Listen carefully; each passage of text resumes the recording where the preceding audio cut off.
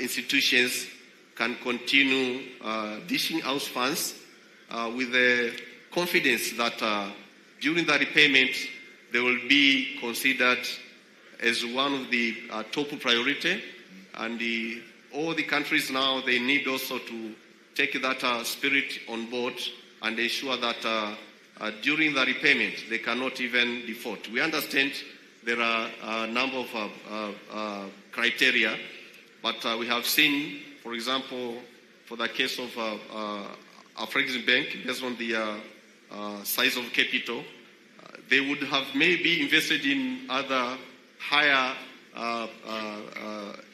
interest bonds.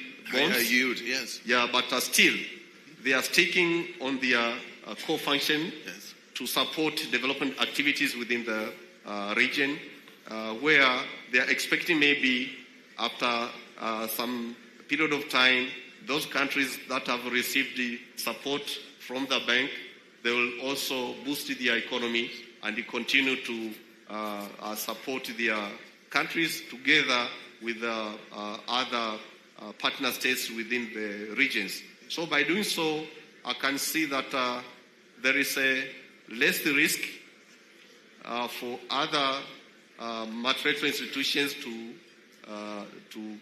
to join, but for these multilateral institutions who have volunteered to stick on their core functions, they are also continue to live like a landmark and a legacy to our African countries. We are just warming up and now being told time is up. Yeah. But one last sentence perhaps to you, sir. African Union. No, thank you. Thank you very much. I will just circle back to what you have 1 minute to convince this audience. This issue is not about Afreximbank or Trade and Development Bank or a few African multilateral institutions. It's about an ecosystem that is being developed to finance Africa's development. So if the preferred creditor status of one entity is discredited, it's a strong precedent to discredit the whole ecosystem of financing for Africa. So we continue to reaffirm, because this has been reaffirmed in the African Union, in the Finance Ministers platform of the Specialized Technical Committee, that our member states are always reminded to reaffirm and to uphold the treaties that they've ratified. Thank you very much. And my sincere thanks to this wonderful audience. I've been watching you. You've been following it with a great deal of interest. And I'm sure it has given you lots to think about. And it would have been wonderful to hear your views. But unfortunately, we can do it. Fortunately, we can do it after the session is finished. So please join me in giving a great appreciation to this wonderful panel who have wrote. So, and with that, I thank you. Session is over. Thank you, gentlemen. Thank you. Thank you. Okay. Thank you. Thank you.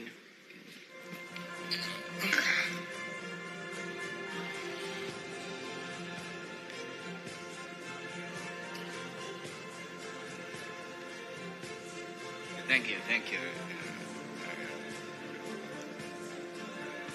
Thank you for such a rich and focused discussion. Another round of applause, please, ladies and gentlemen. I think we leave this panel with one clear takeaway. Institutional strength isn't optional, it's essential. And at this point in the program, it is my pleasure to invite Mojibade Shosanya to the stage to provide us with a quick update on the fundraiser for Africa Life Science. A warm welcome again, ladies and gentlemen. Thank you. Thank you. Your Excellencies, very distinguished delegates, ladies and gentlemen, please permit me to rest on the already established protocol.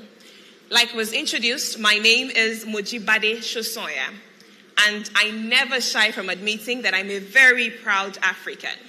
Yesterday, I had the honor of introducing the African Life Sciences Foundation And today, I will be reintroducing that foundation to you, our very distinguished delegates. Now, the African Life Sciences Foundation was established in March this year, 2025, and it presents us with an opportunity to strategically invest in homegrown research and innovation that significantly improves response to Africa-specific diseases and health challenges, to cater to the needs of the underprivileged and, of course, the medically vulnerable amongst us. When Africa is healthy, Africa is wealthy. So what are we asking? We are asking for your generous support, and we are appealing to you to please lend us your generous donation as we go on this cause. Yesterday, when we announced this, it may interest you to know that we already had a seed grant of $75 million from the board of directors at Afreximbank. And in addition to that, we now have 2 generous new pledges from yesterday. I am so confident that today you all will exceed our expectations because you're coming on board this cause. So how do we begin? We have a QR code on the screen. Kindly bring out your phones, ladies and gentlemen. Thank you. I'm waiting. Please bring out your phones. When you scan this QR code, it will lead you to how you can be a donor or a partner at this cause. This is how we can build Africa together. When Africa is healthy, Africa becomes unstoppable economically, socially, and beyond. So we're counting on your generous support and your generous donations to make this dream a reality. Let's make QR code and be a part of this cause. Thank you. Yesterday we had 2 donations. I'm so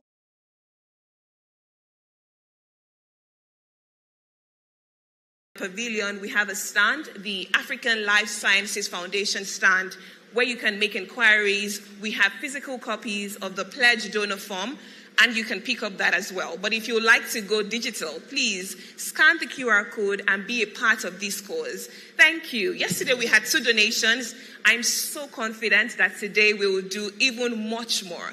Thank you, and thank you so much, dear delegates. Thank you. Thank you very much, Mojibade. And on that note, we now invite you to enjoy a well-deserved lunch break.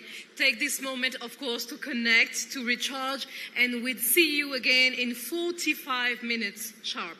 Nous vous invitons, mesdames et messieurs, à profiter d'une pause déjeuner qui est bien méritée. Merci pour votre patience et pour votre attention. Et on se retrouve ici, dans cette même salle, dans 45 minutes. Merci à vous et à dans 45 minutes.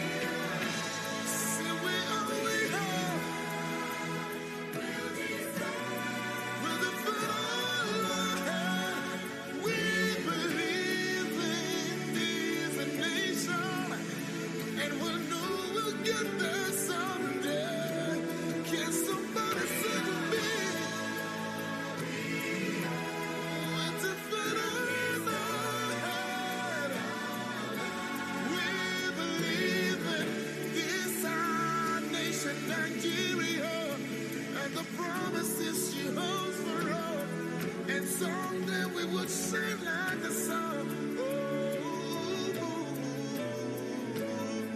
From the north, south, east, and west, somebody say, if you believe to the same, with the feel alone with all we have. Yeah, yeah, yeah, yeah, yeah, yeah, yeah, yeah, yeah. Say we are, yeah. With the feel alone, I believe, and I know you do too. Yeah, yeah, yeah, yeah.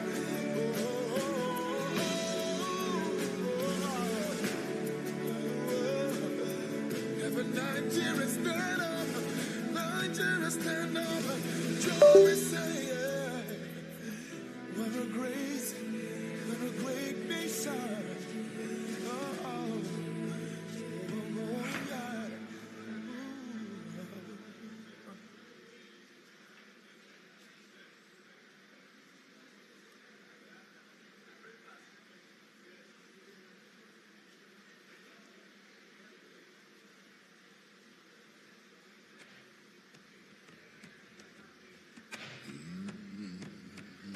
Alone, when I think about the good times that we shared together, baby, I cannot understand how we ever let things fall apart.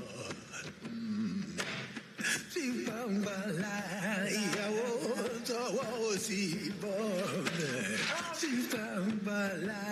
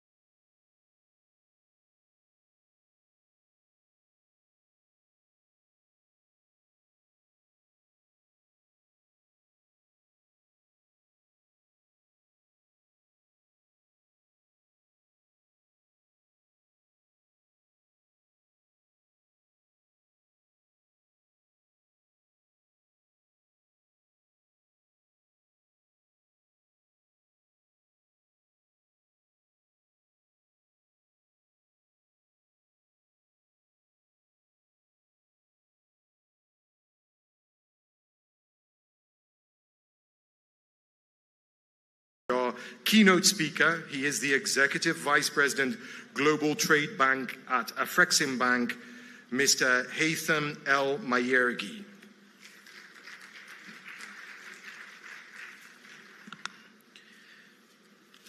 Hello, good afternoon, Honorable Minister, distinguished guests, colleagues, ladies and gentlemen. Good morning and thank you for joining us at this critical moment of Africa's economic journey. We're meeting at a defining point in history where artificial intelligence, data, and digital platforms are not only transforming how we live, but also how we trade, finance, and grow our economies. Across the world, AI is reshaping trade. We see the transformation happening around us.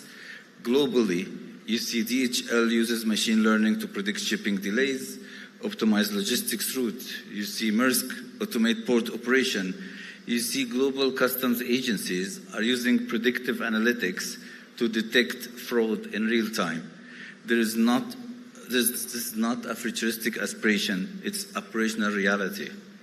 Now, compared with Africa, we still face challenges: fragmented systems, manual custom processes, 120 billion in trade finance gap, and cross-border payments that cost up 3 times more than the global average.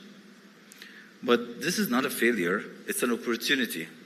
It's an open runway to leapfrog automated systems and build the next generation digital trade architecture from ground up.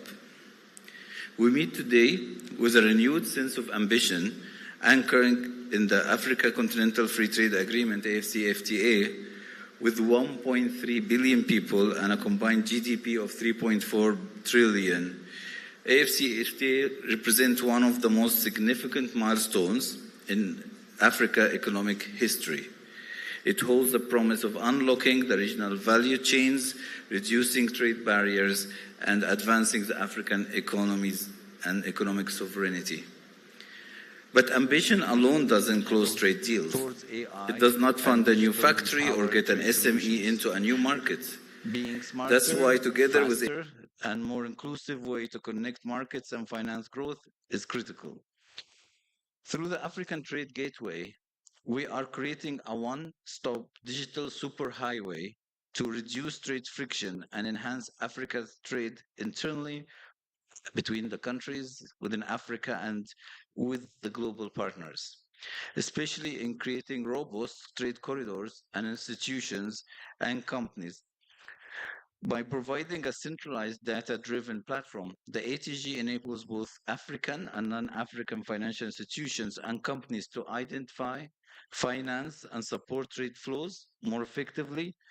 This is not only helps unlock untapped trade opportunities that we already missing due to the current fragmentation that we see and lack of system, lack of visibilities, but also create an entirely new pathway for growth by revealing markets linkage that were previously invisible. And in doing so, the ATG, Africa Trade Gateway, has become the catalyst for smarter investors, cross-border collaboration, and inclusive economic development across the continent. This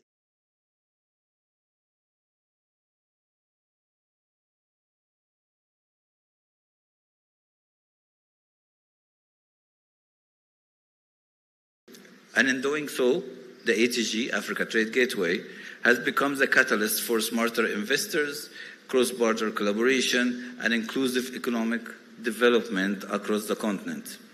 This ATG integrates a lot of things. It actually integrates an e-commerce B2B, B2G platform, which is digitally connect African buyers and sellers.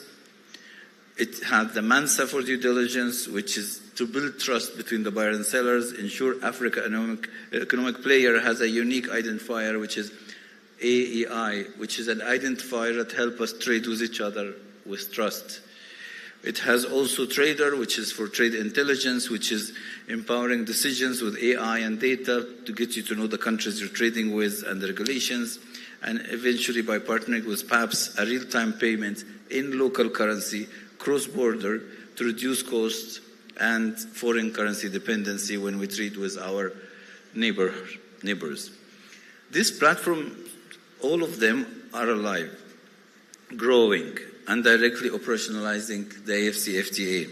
And meanwhile, across the continent, we are seeing encouraging signs of broader digital transformation. Different countries. In Nigeria, we see how SMEs are leveraging e-commerce platforms, and they have grown the exports leveraging on this beautiful power they have in their hand. In Egypt, they have AI-powered customs and automation that has reduced clearance time. In Kenya, you see fintechs are thriving, using machine learning and extending trade finance to microfinance enterprises, traditionally included from the formal financial system. They were excluded from benefiting from this finance. These innovations point to the same truth. AI and digital technologies are not just digitizing trade, they are also democratizing it. AI is already showing us what is possible. It can cut document processing time, it can reduce human errors by digital, and we better be on the helm of it. We are also building for long term.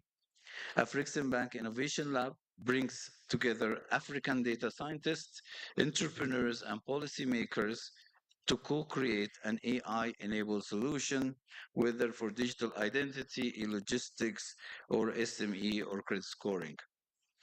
We're further strengthening our impact by championing the AFCFTA data protocol, which is critical to ensure harmonized, secure, scalable, and cross-border data flow between countries. Because without reliable data, AI cannot function, and digital trade will still stand still before it starts. Africa is uniquely positioned, unlike maybe other continents, because they are typically locked into a big legacy infrastructure. We can move directly to intelligent, cloud-native, interoperable systems. We are mobile first, we are entrepreneurial, and we are hungry to leap forward.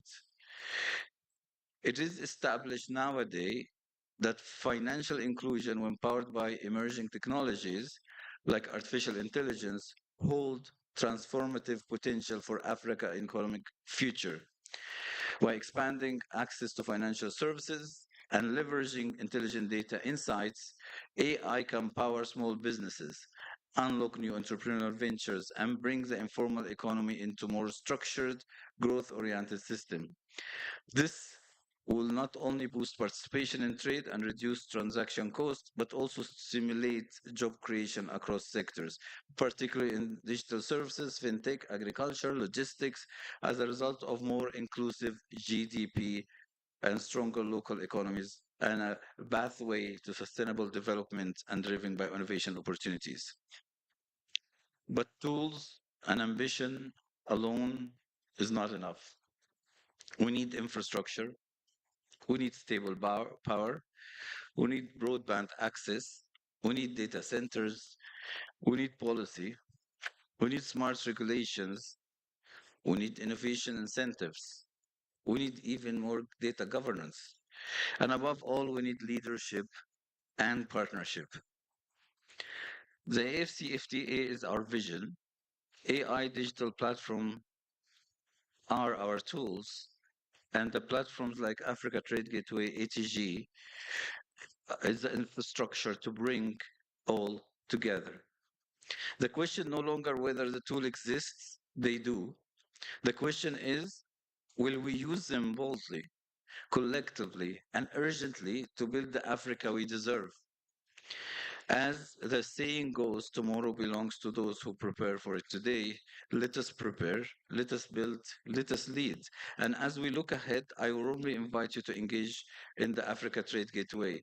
So please allow me to leave you with a few messages. One, our main hope to grow our trade capabilities is to move to digital quickly, where we can get to know each other, exchange amongst ourselves, meet, verify, pay. So please get your exporters, importers, and other traders and financial institutions into the one common platform. We build it as rails for Africa digital trade.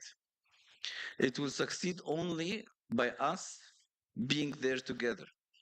Second, let's develop digital as an edge where exporting is not hindered by our continent trade hurdles. We may have missed the benefit of industrial revolution, but let's not miss the digital and AI revolution. The future is for exporting electrons as in digital service, not molecules as packaged service as we go. Third, AI and digital are changing the way people trade. Trade has been paper-based for centuries, resisting automation, which is not changing rapidly, leaving all those who don't embark this revolution behind, inevitably, as now will change and this resistance will break. We are pushing the automation together with the FCFTA by producing platforms, influencing policies, so don't miss this opportunity. Fourth and finally, I invite you all to get verified, obtain unique Africa NCI identifier, your passport to Africa trade under AFCEFTA, and start to trade today. Pay to your noble currency with your local currencies, and the future will be made by us coming together, make this platform crowded and alive, and become our main platform for us to when we talk trade. I thank you very much for your listening, and I'll leave you to the next panel. Thank you very much.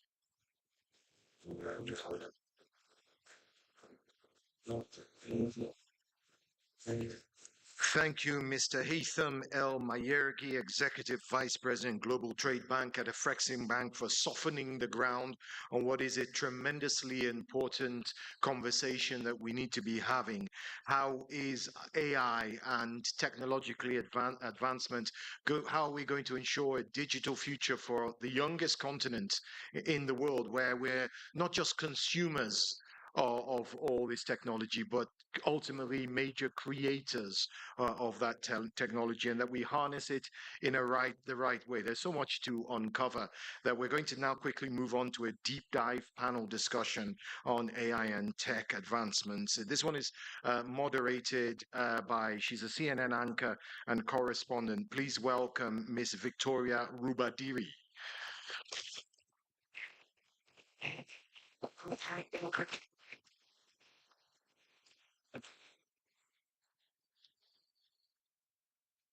Fantastic. Thank you so much. Good afternoon, ladies and gentlemen. Welcome once again. Really excited to be here and to moderate this next conversation in the next hour or so. So as I was thinking through this session, and I thought, okay, we're talking about AI. How do I incorporate artificial intelligence into this conversation? So I headed over to ChatGPT and I put in some prompts and I said, put together an intro for me. And so that's exactly what it did. Let's see how it did on this. It says, good afternoon, everyone. It's an honor to welcome you to this timely and essential conversation. AI, how do I incorporate artificial intelligence into this conversation? So I headed over to ChatGPT and I put in some prompts and I said, put together an intro for me. And so that's exactly what it did. Let's see how it did on this. It says, good afternoon, everyone. It's an honor to welcome you to this timely and essential conversation on how technology and artificial intelligence are no longer just tools of the future. They are the very soil, water, and light nurturing Africa's socioeconomic transformation today.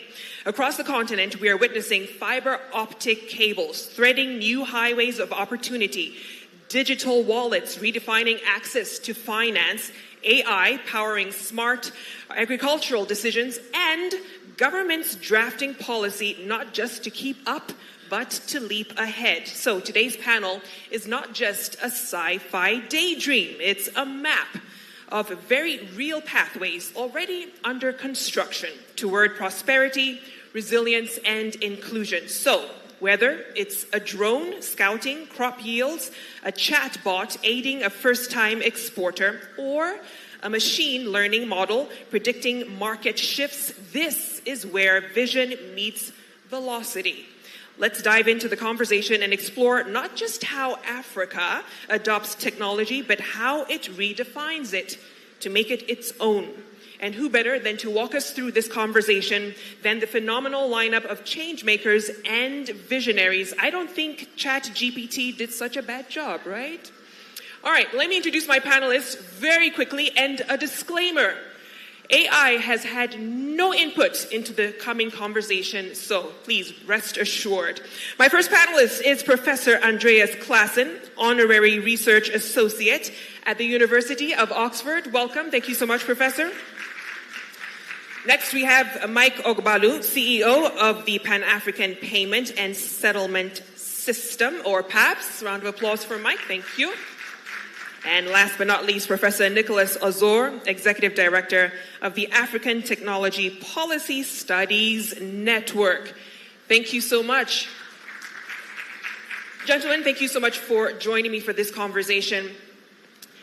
I think the first wave, especially when it came to technology for Africa, was just the explosion of fintech, right? And that, of course, cut across the continent. 70% of global mobile money flows are happening on the continent right now. And so the next question a lot of people have asked is, what will be the next frontier in terms of tech for Africa? So we've seen a lot of uptake in agri-tech, in health tech. And so let me come to you, Professor Ozor. You hold a double PhD in agricultural extension. So I'll be very careful with my next question, okay? You've probably seen it all when it comes to emerging technologies, AI, when it comes to agriculture. From what you observed, what have been the most effective innovations when it comes to addressing food security through AI and emerging technologies? Thank you very much, moderator, for that question. Thank you for having me, Afreximbank. I think technology is everything, and innovation is everything. That we are here today is courtesy of technology. Technology is why 70% or more of Africans are involved in agriculture, and yet we are not able to feed ourselves. And in America and the likes, only 4% are involved in agricultural production. This is because they apply science, technology, and innovation. So innovation helps us to do things smarter. And currently, Africans are trying to embrace the adoption of technology across all sectors, because that is the only thing that can help us to get what we want in terms of economy of scale, in terms of ensuring that there is productivity. Now, answering your question, to ensure food security, there are 4 things that need to happen. You need to have what we call, the food has to be available, so we need to produce the food. In food production, where 120 farmers can work for 8 hours, a tractor can just do it within 1 hour. And you can see what technology is. So production of food is, when you apply science, technology, and innovation, you tend to get more. Similarly, in food access, because there are 4 components of food security, the food production, that will make food available. Then the food access, making food also accessible, as well as food utilization, ability to add value into the raw materials. And you remember, Africans, we know how to produce our raw materials, but we don't know how to add value to them. Our cocoa, they add value in Switzerland and make the best of the cocoa, of the chocolate. And yet, we are the ones producing the cocoa that is used. Same with the last component of food security, which is food stability. There are currently a lot of technological innovations that, like climate smart technologies that you can use to predict weather using predictive analytics. And for instance, where I am now, I can tell us how much rain that can fall here from January to December in terms of volume, using a technology that we have produced in my organization. So these are the innovations that can cut across utilization, availability of food.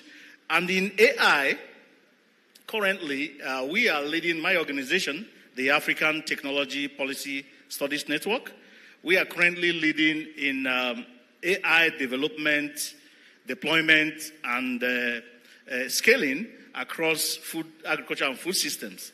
We currently have about 12 projects in 10 countries, including in Nigeria, where we are applying AI in the production and marketing and management of Nsuka yellow pepper, which is known for at the southeastern Nigeria. They call it Capsicum Nsukadelis. This technology can enable me watch my farm from here, do irrigation from here using Internet of Things. I don't need to be there to irrigate my crops. It's just about using sensors to monitor when the crops need water, and it helps us to effectively manage resources. And once the sensors notice that the crops need water, it triggers the sensor to release water for the crops. So you must not be there. I can be here and see my livestock wherever they are and monitor their movements, monitor which one is on heat that need to be mated, and so on and so forth. So technology helps in also even in security. Of course, securing these animals, knowing their whereabouts, and ensuring that there is no rustling of cattle, or because we can put chips inside the cattle and be able to monitor them at the comfort of your homes. Thank you. Yeah, that deserves a round of applause because it's clear there are endless possibilities when it comes to what you can do with AI and other emerging technologies, which brings me to you, Professor Andreas. What do you think are the imperatives for unlocking the potential of technology and innovation across the continent? Because that now is, I guess, the headache for a lot of these companies that are brilliant but need to know how to do that effectively. Yeah. I mean, when I think about the opportunities of digitization, in particular on the continent, this is absolutely huge. And we heard it from EVP, from Haitham in his opening speech. It's really the leapfrogging, which is the opportunity for Africa. We have seen that in other countries as well. I did a project last year for the Asian Development Bank in Georgia, for example, where we looked at basically how to develop the economy, how to develop trade, digital trade as well. And the leapfrogging is one of the opportunities for least developed countries and for emerging markets and developing economies. When we think about digitization and trade, this is really a game changer for Africa. It is a game changer. And there are a couple of examples and we hear about that in a couple of seconds, like the Pan-African Payment and Settlement System, of course, which is obvious, reducing the barriers, allowing you to lower the transaction costs. But similarly, industries, sectors have an opportunity also to much better do marketing, to better understand what the opportunities are in this digital development. And the African Trade Gateway is another brilliant example, I think, what we know from Afreximbank, streamlining access to markets, streamlining access to information, and also regulate data, and of course the trade finance opportunities. Africa today, the digital economy on the continent stands roughly about like $180 billion, which is approximately 5.2% of GDP on the continent. The predictions are that in 20 years, we will stand at roughly $812 billion, which will be more than 8.5% of African GDP. And you can already see the opportunity behind. So long story short, digitization is a game changer. Beyond the buzzwords we hear all the time, I think we're going to be back in a couple of seconds regarding the reality behind the buzzwords. It's a game changer, it's an opportunity, and I think Africa has that opportunity to deliver. No, absolutely. That's been the buzz phrase, digitizing trade. Mike, you have been in the trenches, literally, when it comes to cross-border payments, engaging central banks, financial institutions, and just players generally in the financial ecosystem. But, when we talk about PAPS, essentially what it meant to do was to streamline payments within the African Continental Free Trade Area. We're now 3 years on. How would you say we're doing? How many countries have signed up, and how much more do we need to do? Thanks for that question. 3 to 4 years on, where we are is we have 16 countries, 150 financial institutions, 14 switches connected across Africa, and that number is growing quite rapidly. We've started to see some scaling in terms of the use and the adoption of the capabilities of PAPS, and financial institutions are now taking it a step forward and extending perhaps into all of their digital channels, and that is also helping to drive adoption. For us, we've looked at AI for an example, and we've seen how AI can actually help to transform our business. We've seen, for example, that payments today is no more about carrying physical cash, so it's about data. So when you have tools, AI tools, that are able to manage and churn this data and bring actionable insights, then that can be very valuable. So today we use AI in our AML systems, and what that does is, instead of being able to look at static rules, we're actually able to set our system in such a way that it learns new patterns, and therefore it's able to easily predict fraud and other things. So you asked how far we've gone. We are actually much more optimistic in terms of the adoption. I did say that we are at 16 countries. We have news around the Francophone Central Bank countries, both in the Central and the West African Francophone countries.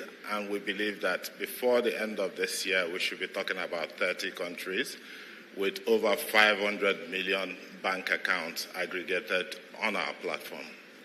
So clearly it's having an impact, just in terms of how many countries have adopted, because it's a difficult task in itself. But Professor Ozora, let's go back to agriculture. I was listening keenly to what you were saying about just the different AI solutions that are out there for farmers to engage with. But a lot of these farmers are engaging with these applications on mobile phones that many times they cannot afford, right? Data many times is expensive. So how do you make it more affordable to lower that barrier of entry, if you will? What more needs to happen, maybe from the government side, in terms of more investments to see farmers engage meaningfully with these brilliant AI solutions?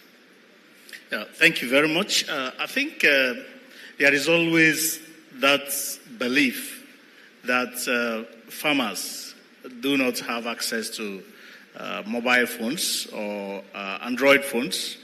But working with the extension system, we have found out, the agricultural extension system, that most farmers in the villages actually have access to these Android phones. The mobile phone penetration in most African countries stand above 75%. And that shows that even rural farmers, when you interact with them, they tell you that their son living abroad or living in the city, they bought these phones for us and we are using it. So farmers, and especially who have formed themselves through cooperative societies and farmer groups, are able to access information even when they don't have the phones, the mobile phones, to access some digital services. But also, the extension system currently have been digitalized in most countries, that the extension system send messages, quick messages to farmers, even on phones that are not Android, and they're able to, for instance, if there are incidences of pests and diseases, they can raise that alert, and farmers are able to know exactly what to do or expect that such incidents is going to occur. And farmers themselves also have keyed into some of the government projects that enable them receive information from extension service. But because the extension service personnel are few in Africa, generally one extension agent is supposed to cover about 1,500 farmers, as against 1:400 in Europe. So you can see that the number they are supposed to cover are so many, and therefore the need to digitalize the system to enable one farmer to reach, one extension agent to reach more farmers through what we call pluralistic extension system. They deploy technology to do this. And the farmers, it's been established that they have access.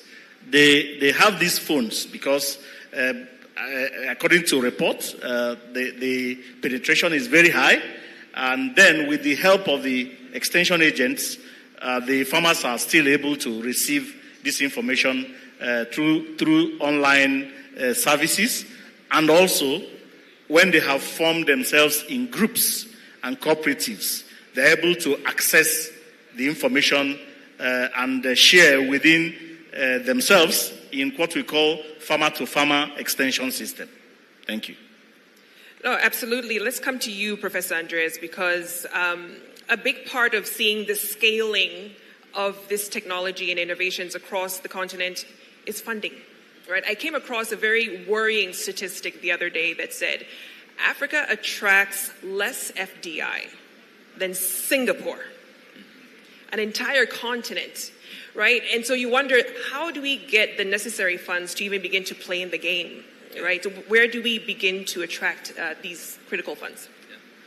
Yeah, that's an excellent question. Thank you very much for that. I mean, is Africa investing enough? Of course, it is not. The current levels of investment are insufficient, which is a problem given the scale of the challenge. Just as an example, internet penetration is still below 50% in many countries on the continent, or power supply remains unreliable, and data costs are among the highest globally. So this is one of the biggest problems I see. It creates a digital divide at the end, that risks deepening the socioeconomic inequalities here in Africa. So what I think is what is required is really a bold leap. It's not just incremental investments. So it's broadband infrastructure, it's cloud computing capacity, it is secure data centers, access to affordable devices. It sounds simplistic, but it is part of the reality as well. And what I think is Afreximbank, other development finance institutions can play a crucial role on that. So we need the blended financing solutions to crowd in the private capital, especially in underserved and in rural areas as well, what we just heard. So the regional institutions, DFIs, the ECAs can play a critical role here, de-risking that investment, supporting the African tech champions, because there are African tech champions. We see that. We see how innovative they are and how the ecosystem is helping them to be more innovative. And you mentioned the de-risking and the FDI part. So we published a study on de-risking investments for the Sustainable Development Goals 4 weeks ago. It's a joint report with the United Nations Conference on Trade and Development. And it says exactly how can we de-risk the investment. And one critical tool we discuss here is political risk insurance. So it's a financing tool Afreximbank and other multilateral institutions offer in Africa. And this has a significant potential to crowd in private capital. It's an additional instrument. It's a crowding in instrument. It's known for many, many years, and it can be an extremely powerful tool, but it's desperately needed. So it's the combination of different innovative financing solutions along the value chains. We have to think about equity, we have to think about mezzanine loans, we have to think about capex and working capital loans, but also we really have to think about the de-risking guarantees and using that instruments to be more successful. And that is a fantastic point. And it boggles my mind why we can't get that funding, because Africa in itself makes a very strong business case. I mean, we're talking about the continent being the second largest and fastest growing digital payments ecosystem globally, right? So Mike, let me bring you in there, because yesterday you launched the PAPS African Currency Marketplace. So it was a big night for you. Take me through what you essentially want to do with that new platform, especially when it comes to cross-border and digital payments as well. So the Africa Currency, PAPS Africa Currency Marketplace came out of a number of interactions with large corporates and multinationals across Africa. What we found was that a lot of them, beyond just making payments, they had this issue where they've earned revenues in multiple markets and they are not able to repatriate them because they had to depend on third-party currencies, which were scarce. So what we did was we felt, first of all, we needed to build this on the right technology, and we decided that a blockchain infrastructure would be the best. So we found a partner and we built this blockchain infrastructure that is private permission-based, and therefore it respects one of our cardinal principles, which is the sovereignty over our payment infrastructure here in Africa. So what we did was build this infrastructure that allows multiple people to come in and say, okay, I have Naira, however, I need Kenyan shillings. Or I have Ethiopian birr, I need Naira. And once they all come in on that platform and say this is what they have and this is what they need, alongside they're able to say this is at what rate. That is, if I have this much Naira, this is how much Kenyan shillings I'm willing to take for it. The system that we have built is able to intelligently match these offerings in such a way that the person that needs Naira gets Naira here in Nigeria, while the person that needs Kenyan shillings gets it in Nairobi. So it's a fantastic platform in the sense that it's market-driven. So these corporates, they come on board, they set their rates. And in fact, this is beginning to produce some data which will begin to help us to even say that this is what is a standard rate that connects the different African currencies, okay? So that you can go from one African currency to the other without having to go through a third-party currency. So we are looking at the data that we're generating, and you can't imagine what you will do with the amount of data that we are having now. So for the first time, and over the years, it was difficult to bank people lower down the ladder. You couldn't lend to SMEs. But technology has shown us that you can approximate a customer's credit worthiness by, for example, how many times he tops up his phone, how much his recharge value is. So technology is beginning to unlock value chains that we have hitherto not been able to access. So we're excited about the kinds of models that this can help us to do, and AI is simply that tool. A lot of the problems in Africa is not a reality problem, it's actually a data problem. So the more data that we have, the more we are able to understand the uniqueness of our customers, of our people, and therefore we are able to serve them better. So yeah, that's some of the things that we're getting out of the solutions that we're bringing at PAPS. Thank you. Fantastic. And there's absolutely an opportunity when it comes to data. They call Africa a data desert. And yet they call data the oxygen of AI. So, it's a very critical commodity, I guess, if you will, to harness. Gentlemen, we have about 2 minutes to go to wrap up this conversation. And I just want to get your closing statements because someone put AI this way. They said, artificial intelligence is the plane we're still working on that's already in the air, right? It's moving and evolving so quickly, and we need to adapt with it. The question I'm asking to you is, the continent has unbelievable potential to leverage on AI. How do we ensure that Africans are part of the deployment, development, and also funding of this critical technology? Let me start with you, Professor Andreas.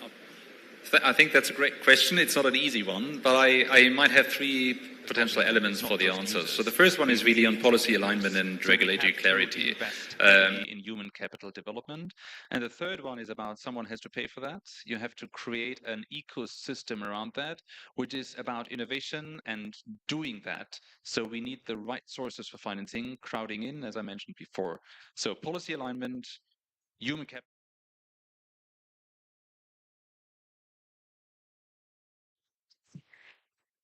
Well, again, when you look at the technology timeline, I suspect that at some point you set which is about innovation and doing that. So we need the right sources for financing, crowding in, as I mentioned before. So policy alignment, human capital development, and ecosystem building would be my 3 points for your answer. Well, again, when you look at the technology timeline, I suspect that at some point you set a timeline that says before AI and after AI, and that's how fundamental AI will be to our lives. So I think critical infrastructure is what we need. Okay, thank you. I think for me, I will summarize by saying that a science, technology, and innovation-led development is a political endeavor. Most of the countries that have leapfrogged into adopting and using AI, it has been through the highest level of political goodwill. So starting from the African Union, you see we have an AI strategy, which some of us contributed towards. We also have the STISA 2034 now, which we have developed for the continent.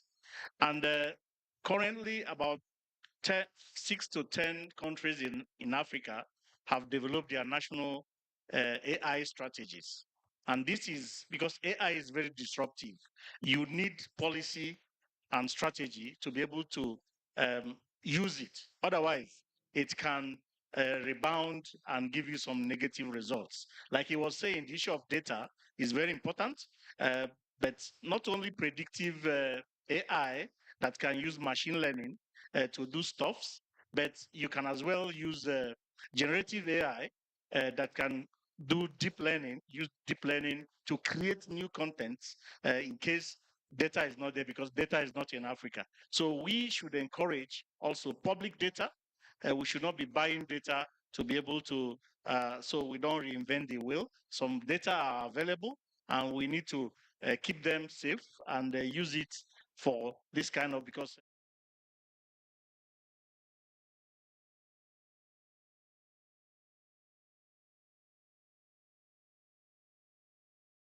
Let's hand over to our MC. Thank you. May take your seats. Thank you so much. Thank you.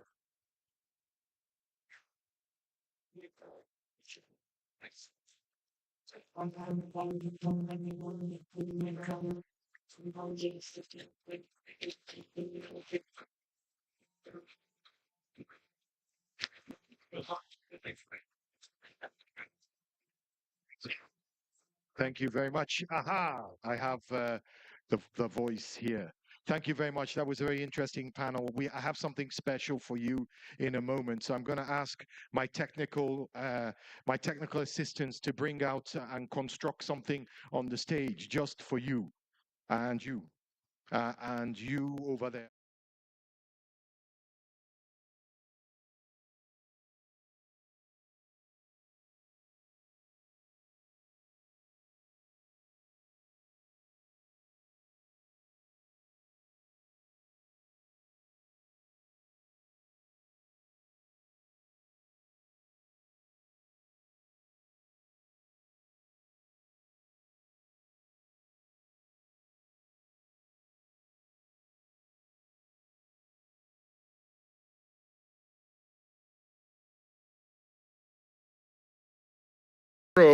Is the official opening with several, too many heads of states to mention. I think I gave you the roll call this morning, right? But already we've had a lot of dialogue and a lot of interesting things have happened. So this time I just want to, whilst I've got a few minutes and they are constructing something special for you on the stage, I want to find out who's here in the audience, because I know often when I do these things, you're sitting down listening and maybe occasionally interacting with people on the stage, but there's a vast wealth of content in the audience as well, great minds in the audience. So I just want to wander around and see if anybody wants to raise their hand to say a few words about this AAM and what we've been talking about, building the future on a decade of resilience. Afreximbank has been transformational, but we face many challenges as Africans. Gentleman over here, you're the first person I cited. Now, how we're going to do this is, I'm going to ask you to stand up, and then you say your name, what you do, and then you either make your comment or whatever, and make it quite brief, please. So all right, thanks a lot, and well done, everybody. I'm David Brown, Managing Partner at David Brown Consulting. I'm also a Microsoft MVP on AI. So since I'm biased, I want to talk about AI a bit. So I think, all the LLMs are kind of controlled by mostly America. Even Europe is more talking about the security, not really building. So we digital sovereignty. I've heard that word a lot. And I was at the Africa CEO Forum when His Excellency President Faye of Senegal actually launched a $1.7 billion initiative for digital sovereignty of the future of Senegal. It was quite something, quite bold. The idea is that if we do not hold the tools that create artificial intelligence, which, by the way, I think Jeffrey Hinton, the godfather of AI, said just 2 weeks ago that 25% of jobs will disappear in the next few years thanks to AI. This is a seismic shift in our lives that we've never, ever experienced before. And if we sit there passively, not moving as Africans, and we allow that architecture to be created outside, we're going to be at the mercy of everyone else. Am I right? basically like recolonization, but this time by digital. Yeah. Recolonization by artificial intelligence. Wow. I think that's quite bold. Anybody over here? I'm a gender balanced kind of guy, so I always like to go from a man to a woman. Ladies, where are you? Where are you, ladies? Come on. Where are my sisters here? No, nobody? You're all sitting here. No, I gave you the chance. I gave you the aha. Yes. Stand up and say something. And when I see a face I recognize, tell them who you are. Hi, my name is Rolake Akikugbe Filani. I'm an energy finance expert. I'm also a business anchor. I think for me, what has really resonated is the issue of financial sovereignty. We've seen it as a common thread through the debate on the credit ratings. There's now talk of the AU developing an African credit ratings agency. And it sort of goes back to the narrative of us needing to take back control of our destiny. So I think that's one of the things, because I'm in the finance field, it's really about how we mobilize local sources of capital, but that cannot happen in a vacuum where there's no regulation and policy that is enabling. So I think it resonates through pretty much everything we've said. You talked about AI and recolonization. So yeah. Thank you very much. It's been a while since I've seen you, actually, a few years. That's why I recognized your face. But it's also what's quite important as well is collective bargaining. When you have skin in the game as a country, that's one thing. When you've got 50 countries coming with billions and billions, then they pay attention. Yeah, and that's where AMFI that we had before, the Alliance of African Multilateral Financial Institutions, is so very. Thank you, Rolake. Okay.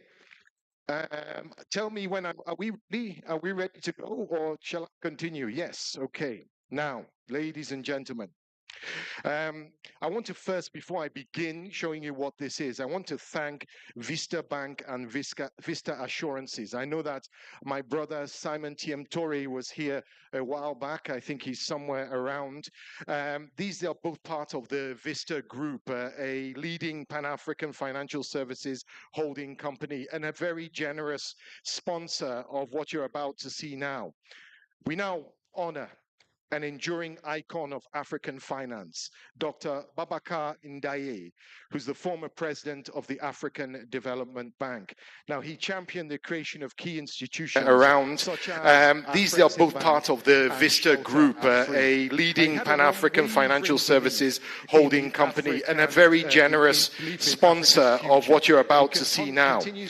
We now honor an enduring icon of African finance, Dr. Babacar Ndaye, who's the former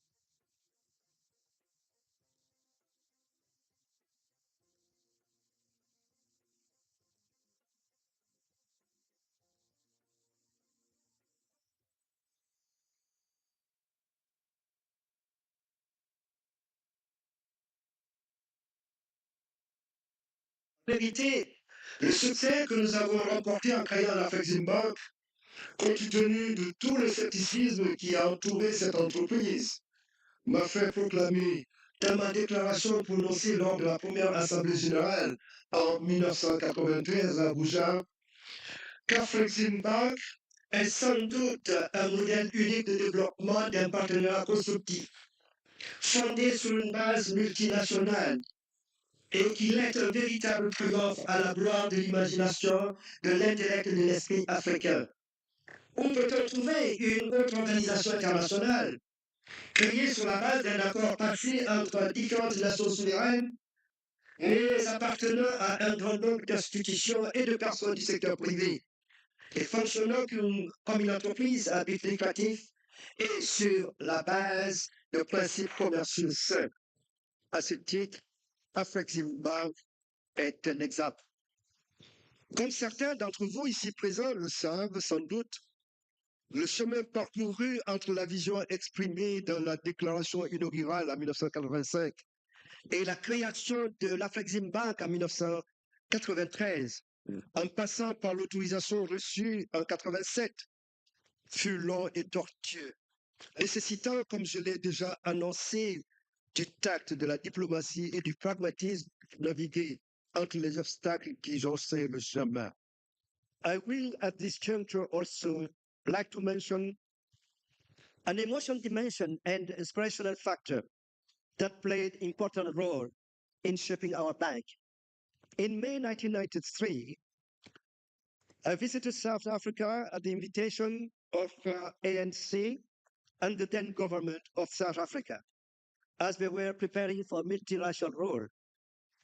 Visiting Cape Town and seeing the status of Cecil Rhodes, a man credited with a dream of linking Cape Town to Cairo through a road network, I was inspired to work towards a translation of that dream into a noble pan-African reality through the work an African Exim Bank will do in the promotion of trade from Cairo to Cape Town and vice versa. Above all, Afreximbank's support to inter-African trade will play a crucial role in the promotion of African regional integration. In this regard, the specific operational responsibility of the Afreximbank are not ends in themselves.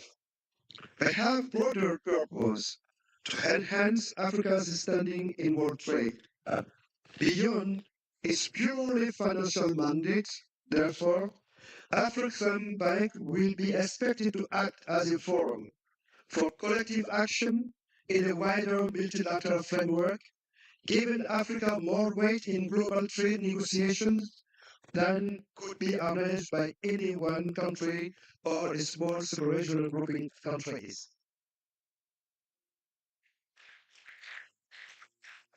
Thank you so much, Vista Bank, Vista Group, Vista Assurances. Now I'm going to ask my colleagues backstage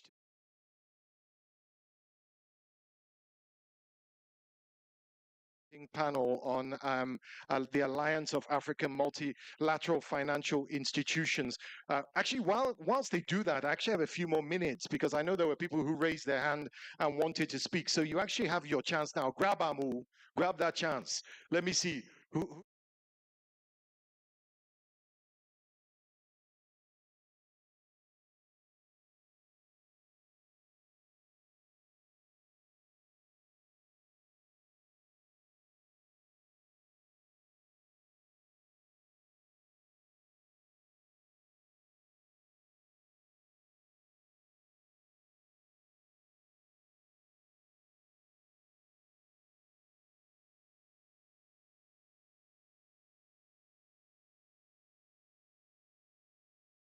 I think digitization and connectivity, the world has changed. We are seeing the weaponization of technology and networks.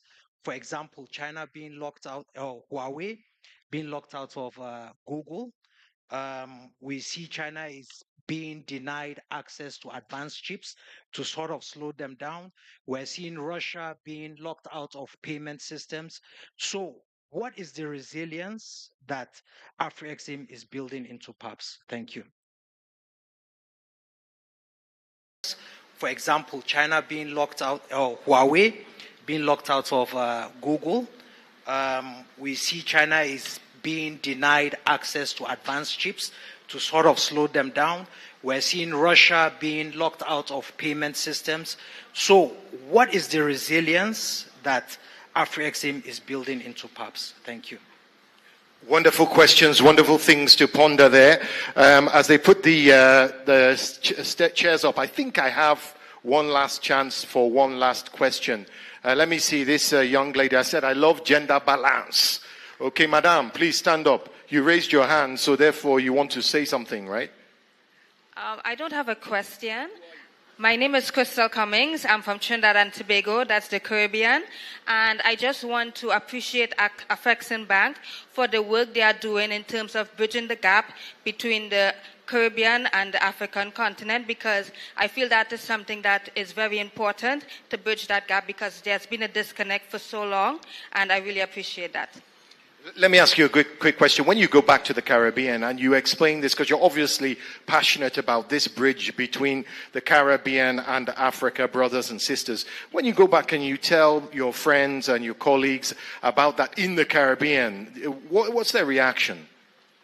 So a lot of people in the Caribbean, they have a misconception about Africa because of the narrative that they have been fed for so long. So I work in tourism, and what I do is shed light and bring the truth basically to them so that they can see that Africa is not this third world, poor, poverty, and it opens people's eyes to actually come and visit the continent, do business and trade and stuff like that. So that's why I said I really appreciate what Afrexim is doing, because they're bridging that gap. And we appreciate what you're doing too. Thank you very much. Okay, I think we're ready. We have all our bottles of water. That's good. Okay, so one of the questions or points that was made by my sister Rolake Akinkugbe over there, financial expert here in Nigeria. She talked about something that perfectly segues into the next panel. Next, we're going to explore the Alliance of African Multilateral Financial Institutions, AMFI. It's a powerful coalition of Africa-owned financial entities, including Afreximbank, African Finance Corporation, and many others. And it's driving sustainable economic growth and shaping the continent's collective financial future.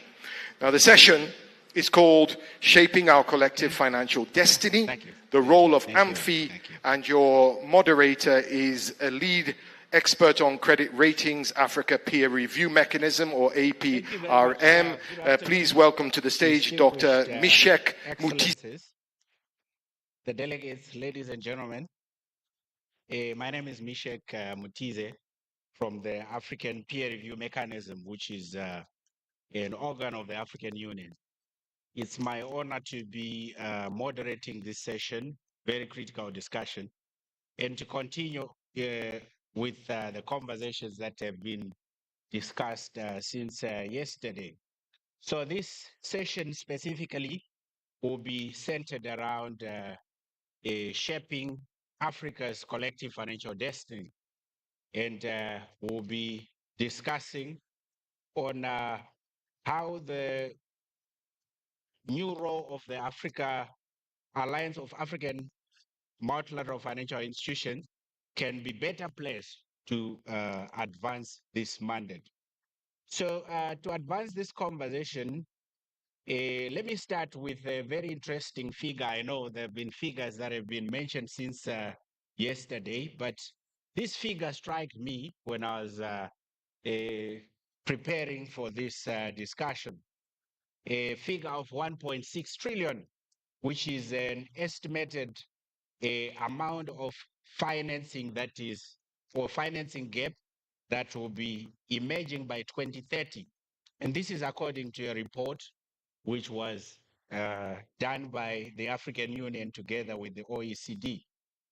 But on the other side, I think it's no longer a matter of concern. We have all seen that the issue of traditional partners retreating from financing development in Africa, and this has become a real situation. So the African multilateral financial institutions have come together to form an alliance, and I will be privileged to have these conversations with them. So let me invite my panelists that will help me to unpack this discussion, starting with Mr. Thiono Habib Han, who is the Chief Executive Officer of Shelter Afrique Development Bank. Let's welcome him with a round of applause. Then I also have on my panel Mr. Bernard Mono, who is the Director General of the East African Development Bank.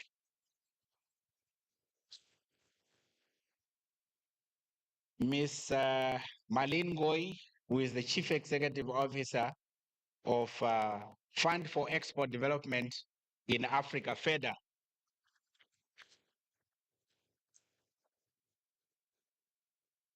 Ms. Nados Bekele Thomas, who is the Chief Executive Officer of the African Union Development Agency, NEPAD. Yes, you can join me here, madam. You can go that way if it's easier.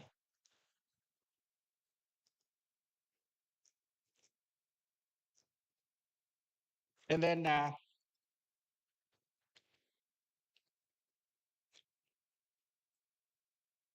we also have Mr. Benjamin Mugisha, who is the Chief Underwriting Officer of the African Trade and Investment Development Insurance, ATID.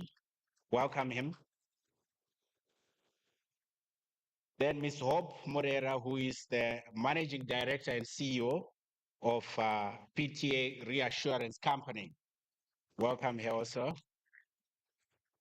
Then last but not least, I've got Mr. Ken Agogovia, who is the Chief Operating Officer of the African Reassurance Corporation. Wow, this is quite a handful. I'm privileged to have slightly more panelists than the previous panels. So I was joking that they were supposed to be 8, actually. So when we couldn't find the other one, I said, please don't look for him. Yeah, so to start off, I think let me start from my right. I'll start with Mr. Please, from the very best, why did this alliance has to be formed? What was the objective and the purpose for it? Thank you very much, my dear friend. So, first of all, I would really like to thank the Afreximbank for taking the leadership to organize this session and dialogue, and given its pivotal role in continental leadership in the space we are looking at. And also, I would like really to take the opportunity here to pay special tribute to our forefathers that allowed institutions like ours to exist. You just played a very emotional video of the late Babacar Njai, was one of the first president of the African Development Bank, who had this amazing vision of creating institutions that are African owned and focusing on African priorities. So I would like again to have a round of applause for Mr. Babacar Njai for that great vision. We need leaders like that to really change Africa. And also really tribute to some of the visionaries that allowed such an alliance of African multilateral financial institutions to exist. It's also in the name of Professor Orama, Benedict Orama from Afreximbank, who really was very instrumental in getting us all on board to actually create this alliance. So this alliance is really the fruit of a lot of discussions and observations around the global financial architecture, and to basically realize that Africa was lacking that coordination among institutions like ours, the multilateral.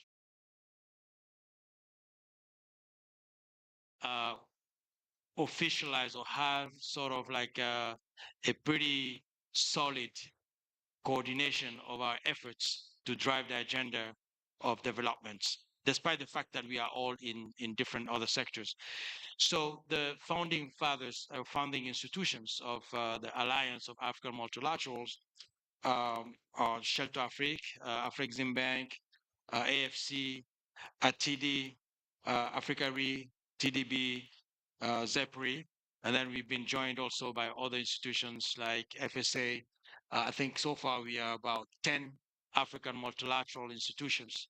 And the vision for us is really to drive African development and impactful investments by strengthening our capital and our collaboration, not only from an investment perspective, but also from a knowledge sharing and capacity building, and also partnerships in different developmental agendas. So in a nutshell, the Alliance of African Multilateral Institutions is something that was needed. But again, it's never too late. And we started it 2 years ago. And it was really chaired by the African heads of states on the sidelines of the African Union Heads of State Summit in 2024. So it's exactly a little above 1 year now.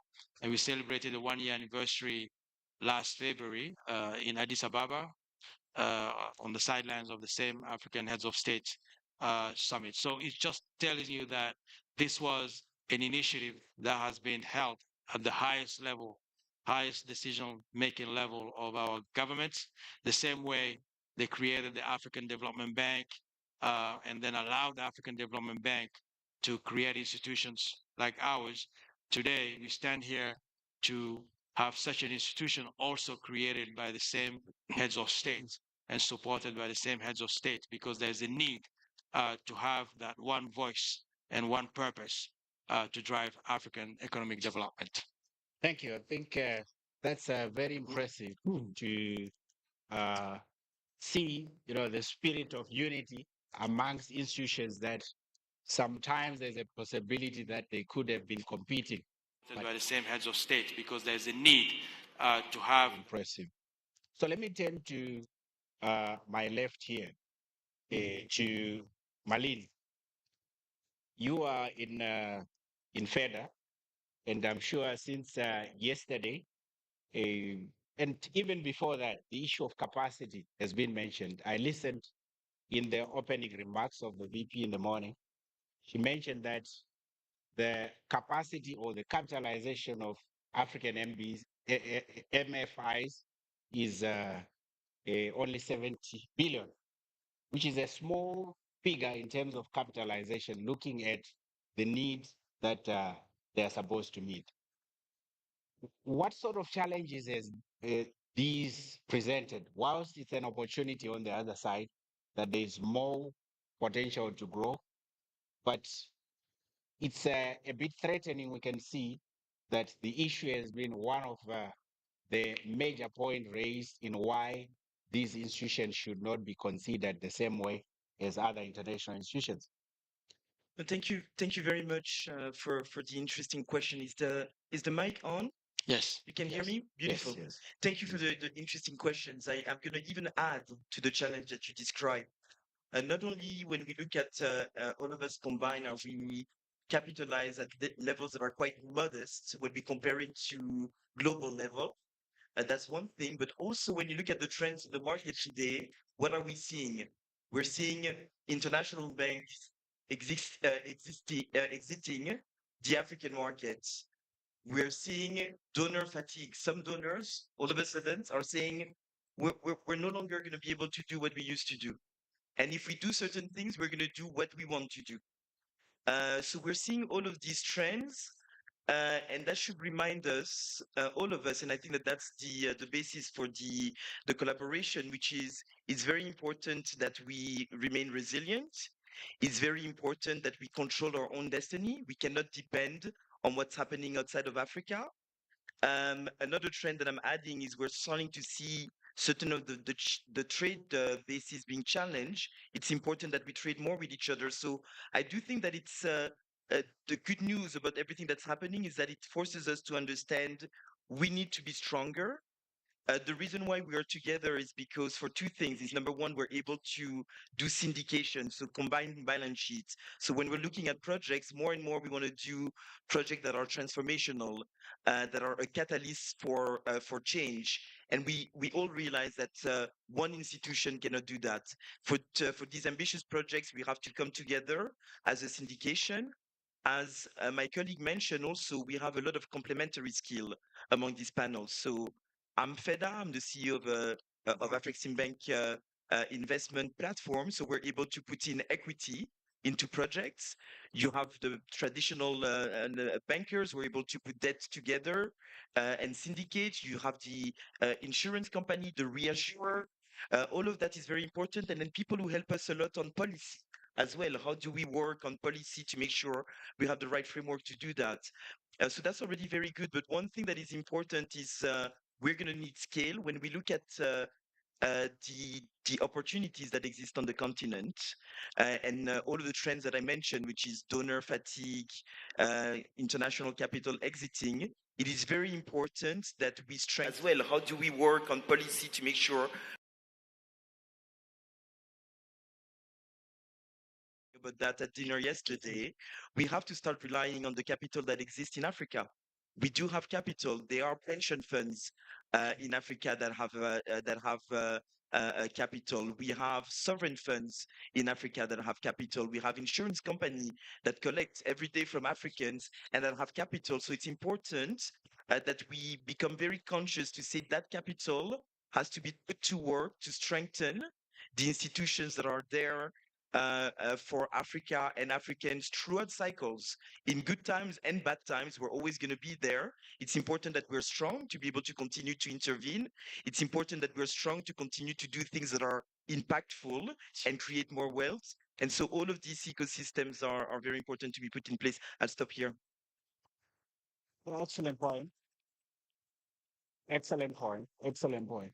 So before I leave that point, I remember over the past 2 years, there's been an issue on sovereign wealth funds that are not kept in institutions like yours, but our central banks are taking these, and sovereign wealth funds are taking this money outside. Just one phrase, what assurances can you give to these institutions? I say, please look at, have trust in yourself and in ourselves. Look at our track record, at the level of performance that we get. Look at our background, who we are. Everybody here is very experienced, with decades of experience in Africa, of doing, quite frankly, quite well for all of the colleagues. A lot of us came back to Africa from I started on Wall Street. I decided to come back to Africa after graduating in Harvard because I want to have an impact on my environment. So let's please have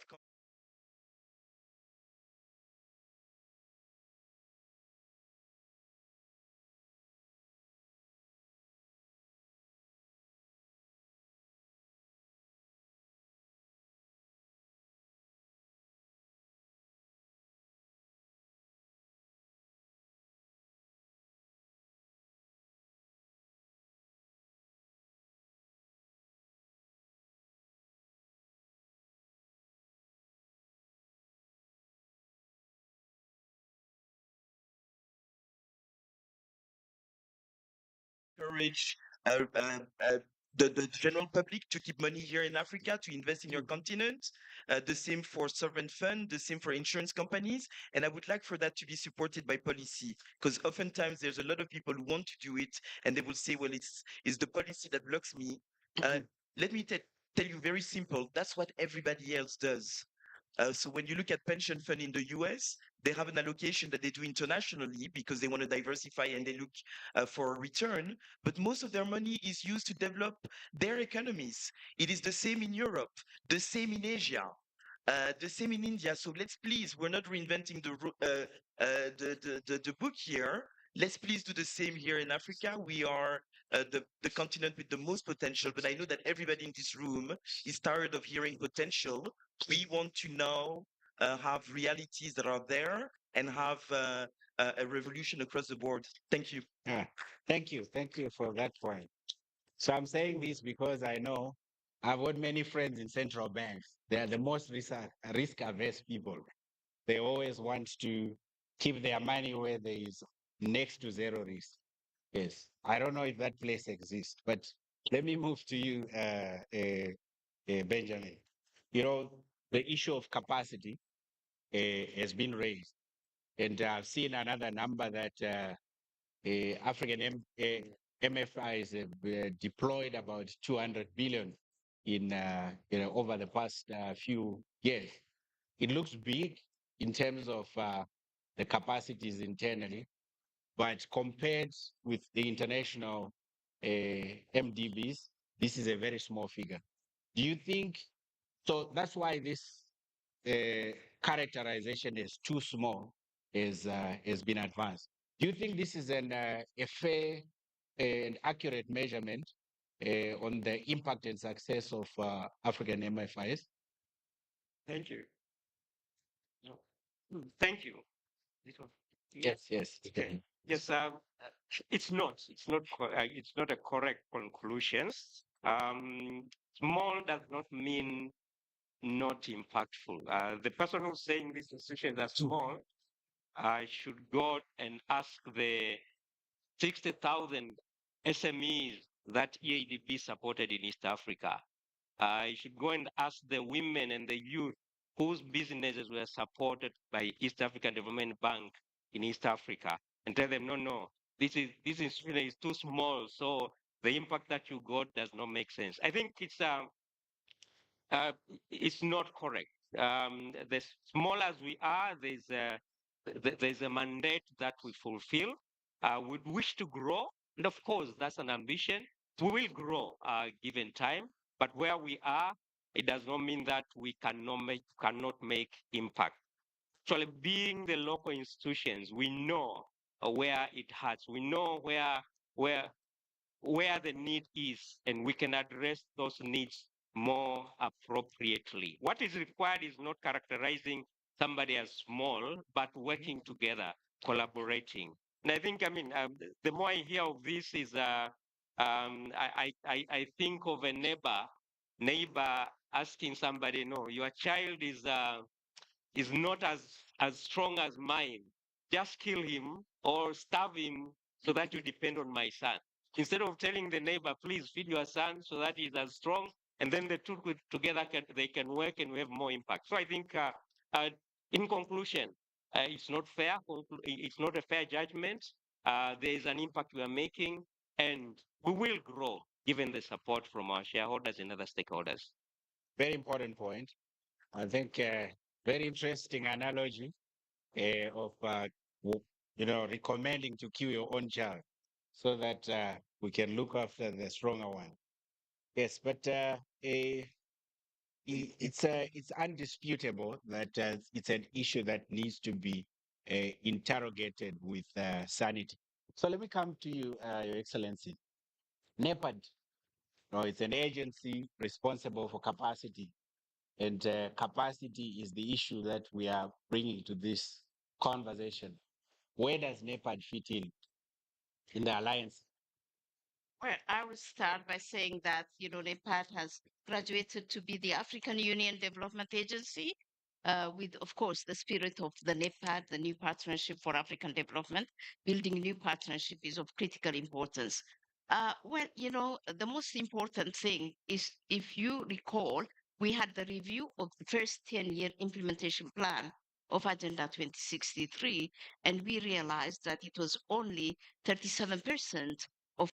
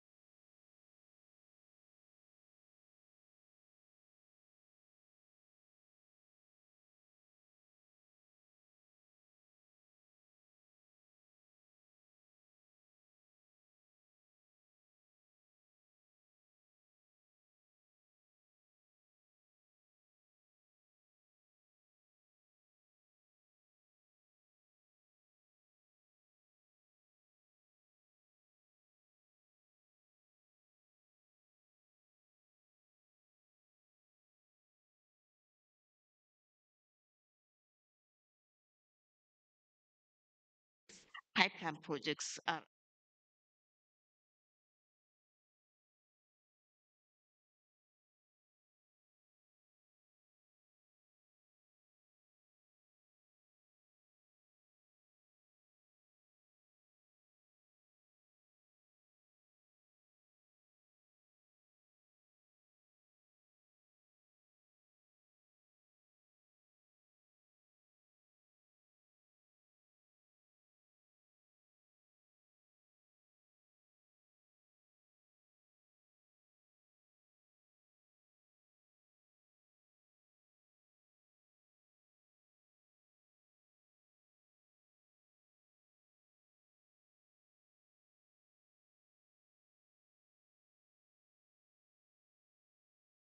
with AMFI. It would center around looking at examining whether this development finance backbone is there. How do we strengthen it? And that's where the strengthening of AMFI, the capitalization of AMFI, comes very critical and very important. Then to look at also on how we can scale up what we have as monetary, payment, infrastructure, which is run by Afreximbank to cover the 55 countries, so that 55 countries can really transact in their own currencies without depending on the dollar, on US dollar. The third one is to have an integrated capital market and also look the asset management, rules and see how bonds could be listed in all these various, things, and also standardize the rules in a way, and maybe have a Pan-African, the Pan-African sort of rules, regulations that govern that, harmonized rules and regulations that would govern that, including, the Pan-African yield curve benchmarks to be established, and risk management and insurance layer, is critical and very important. Yes, we have them, but we need to really see on how we can reinforce them and how we can sell them up. Is very critical and very important. So, because there are shocks and there are things, how do we make a continent-wide guarantee mechanism like the EU has? We have to think of that. And finally, is really our role, which is really making sure that the policy, the governance is put in place not to control, but to facilitate these MDBs. It's very important that we have all these clearly put in place. And we're suggesting with AMFI to really sit down, not only just the financial institutions ourselves and the political leaders, to look at these holistically and put in place an architecture of financial infrastructure and architecture that works and that is fit for purpose for Africa. Because mind you, yes, the $70 billion of AMFI will not suffice. Our needs, are enormous. The second 10-year implementation plan has a cap of $3 trillion if we really want to really meet and realize the moonshots. And, for this to happen, we should all work together in unison, like you rightly said. Thank you very much. Thank you. Thank you, Excellence, for reaffirming your support for the alliance. So let me skip to Hope, since we are still on the issue of capacity. How do we reinforce the capacity, especially in the area of capitalization? Um, Thank you very much. Yeah, there are three ways to look at that. There is a very important I'm not sure if it's your voice or it's the mic. Oh, you Maybe can. you can speak up a little bit. Hello, is that better? Yes. That's better. Thank you. Okay. So there are a number of ways from the insurance perspective how to look at capacity, right? One, there is something very important called insurance penetration, right? What is the contribution of insurance to GDP? If you see on the African continent, we are still talking about 1% versus 10 times in the developed markets. This is critical in the mobilization of savings because this is what ends up going into the funding process, the funding funnel. So what is happening around the capacity there? We're very fragmented. That is point two. We are not able to deal with the issues we have, which are getting bigger: climate risks, right? Infrastructure risks, because we are very fragmented regulatory wise. You find that in any one economy, you cannot actually write across the border. You cannot provide capacity for across the border. So what does that mean is that we remain small in our small ponds, right? So some of the things we have to address will have to be, how do we harmonize? And I think High Excellency did talk about it, regulations and open up markets, because FCFTA trade cannot happen unless we have services in open up, the insurance open up. So that restrict even whatever capacity we have, we can't do it cross border. The third thing is the disconnect between credit and de-risking. If you think about the SMEs that my brother did talk about, the funding into SMEs is dire, right? Is critical, but they are seen as the most vulnerable, the most risky. So we have the capacity around de-risking SMEs. So through AMFI, we are also trying to link credit and de-risking mechanisms through insurance. So all these at the end of the day ramp up the capacity. But unless we're able to really go over the regulatory issues, the fragmentation around the markets, the fragmentation around where you can invest, even the pension funds and insurance companies, then you find that we are very restricted. We are happy about things that are happening. With Afrexim, we've launched TABA, which is a Trans-Africa Bond Alliance, and the idea is to write trade bonds across Africa. So you see, now you start getting beyond, and that is a power that the Africa Multilateral institutions have. So we need to keep doing those initiatives, and I think that is the reason we are all in AMFI, and then we can start talking about creating capacity at the continental level. Thank you. Oh, thank you very much for that. So, yes, you can give a round of applause. That's a very profound suggestion. I think very practical also. Yeah. So let me come to the two gentlemen who are involved in the practicality of this work. So I will circle back to part of the conversation that was had earlier on the PCS, the preferred credit status. You sit in the underwriting business. How does so this PCS issue is very close to home? How does this make your job easier or complex? Yes, I please assume go that's ahead. for me. Thank you very much. So happy to take this conversation. If you look at what we are doing on the insurance and guarantee side, what we're trying to bring to the market is, and it's been mentioned in this conversation and in previous conversations, is to bring a mix or a blend of different liquidity options to the African continent. So starting out with foreign direct investors, whether it's equity or debt, looking at Africa, they're looking at two perspectives that our institutions can help to address. The first one is risk. And by risk, we are talking about either risks that are perceived from a country perspective when an investor is looking at a country, or risks that are perceived from a counterparty perspective. And guarantees and insurance help to address those risks. But they're also looking at regulations. So where they are regulated, and for example, international banks are regulated, the regulators have put in place limits that apply on a blanket basis across counterparties based primarily on ratings. And in that conversation, institutions like ours are bringing to the table our rating, and our rating is a very big driver of a pricing differential. So a government or a corporate or a financial institution that is raising capital in the international markets is looking to benefit from ratings from African financial institutions in order to deliver a pricing differential on that fundraising. And I think that speaks to Bernard, my namesake's comment around size, because in that conversation, size is not the main driver; it's impact.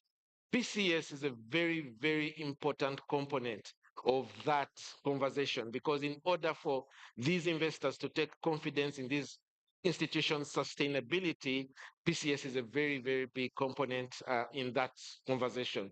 So I would say it's not possible to dilute the relevance of PCS because it does signal the importance of African financial institutions in this infrastructure. Having said that, beyond that PCS then comes the counter-cyclical role that we play. And in that counter-cyclical role, it should be understood that sometimes we are stepping into a gap because no one else can. And again, in order to provide that counter-cyclical support, it's buttressed by, by the PCS that we benefit from. So I would provide those two as, as my contributions to that conversation. Mm. Oh, that's important, very important. Yeah, so uh, let me descend on the chief operating officer. So I will not confine you with a specific question, but based on the discussion we are having here, in the practical work environment that you face on a daily basis, what would be your perspective? Yeah, thank you very much. Think as the Chief Operating Officer of the premier reinsurer in the continent, I see firsthand the immense potentials as well as the vulnerabilities within our system. And it is here that AMFI has a vital role to play. Let's be honest. Potential or lack of potential is not our problem. Africa has a lot of potential. The challenge is what mechanism can we put in place to enable or bring that potential into action? How do we fund our system? How do we have confidence in ourselves?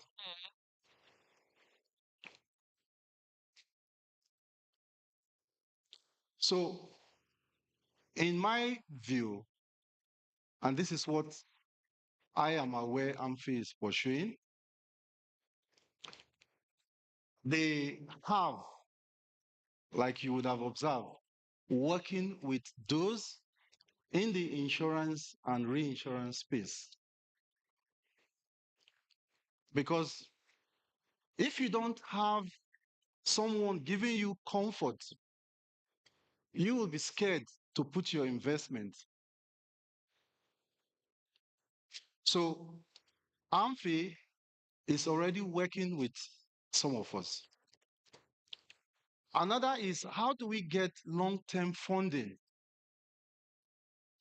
How do we mobilize not only donations or from donors, not externally, but even within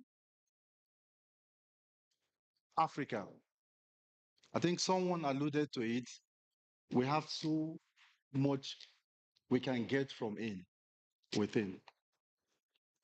And thirdly, how do we have the confidence?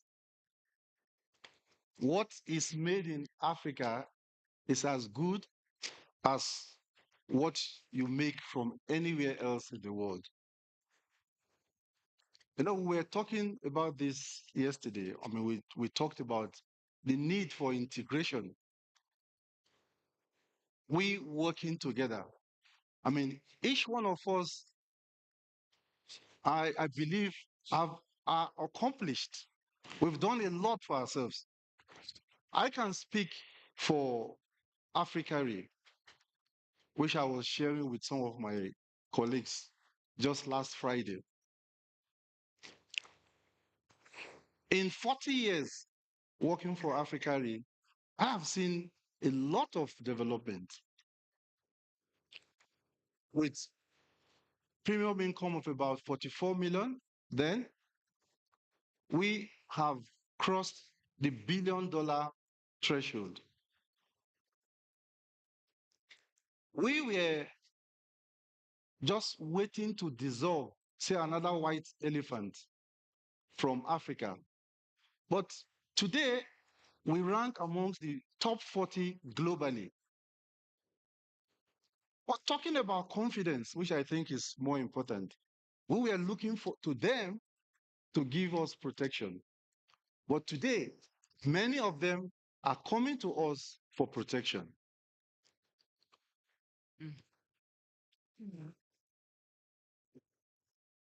I believe with what Amphi is doing, us coming together, taking our destiny in our hands, we are on the right track. And I believe with confidence that we will be getting from Africans, because you must respect your own for others to respect you. We will soon be getting that same confidence globally. Thank you.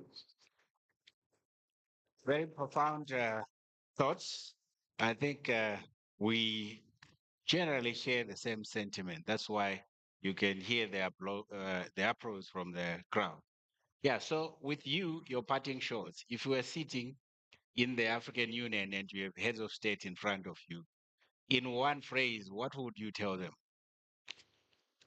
If you were sitting in the African Union and you have heads of states in front of you, what would you tell them about the issue of capacity?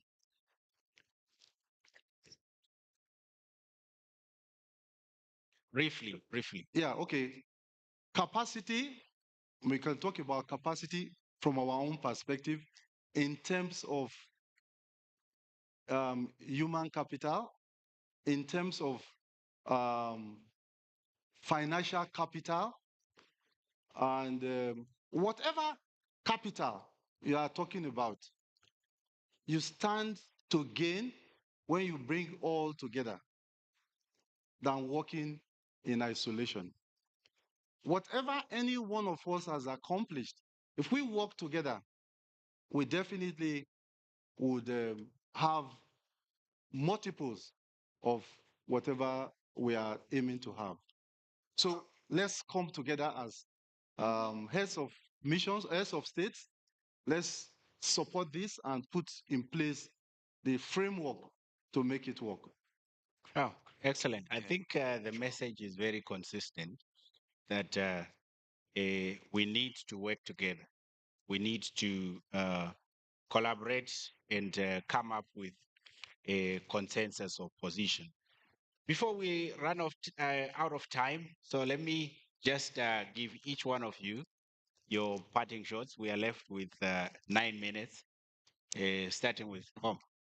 Really, for me, my message would be make the single market happen, right? Stop the talk. Let's get this to happen. No single economy has grown without having a large market. Today, India is a powerhouse because of its numbers. So that is what I would tell our heads of state. The FCFTA needs to happen yesterday. Absolutely. I think if we had time, I would have asked you how or what is lacking, what is slowing down the single market to be or to come to life. Well, to people who are not experts on this issue, just in simple terms. Well, there is a whole framework and roadmap. So things have been studied and done and put on paper. It's about actioning. It's about stopping, having our little toughs. I mean, yesterday, he was saying, we were talking to the insurance people and saying, today, if you're in Kenyan market, why wouldn't you allow a Kenyan insurance company right in East Africa? And then you move on to the next market and the next market. So whereas we say we don't have capacity, 60% of African risks go out. We cannot access them. I cannot access a risk in Morocco because of regulatory issues. Once we have a market that allows capital to flow, that allows services to flow, that allows skills to flow, then we'll have a difference. Thank you. Very important. Thank you for bringing that because sometimes the impression created, in the general context is things are moving, and these practical challenges are not, aired as often as they should be. But thank you for mentioning that. Yes. Thank you. If I was to sit in front of the heads of state, I would be talking about scale. How can we go from thousands to millions to billions to trillions without the private sector?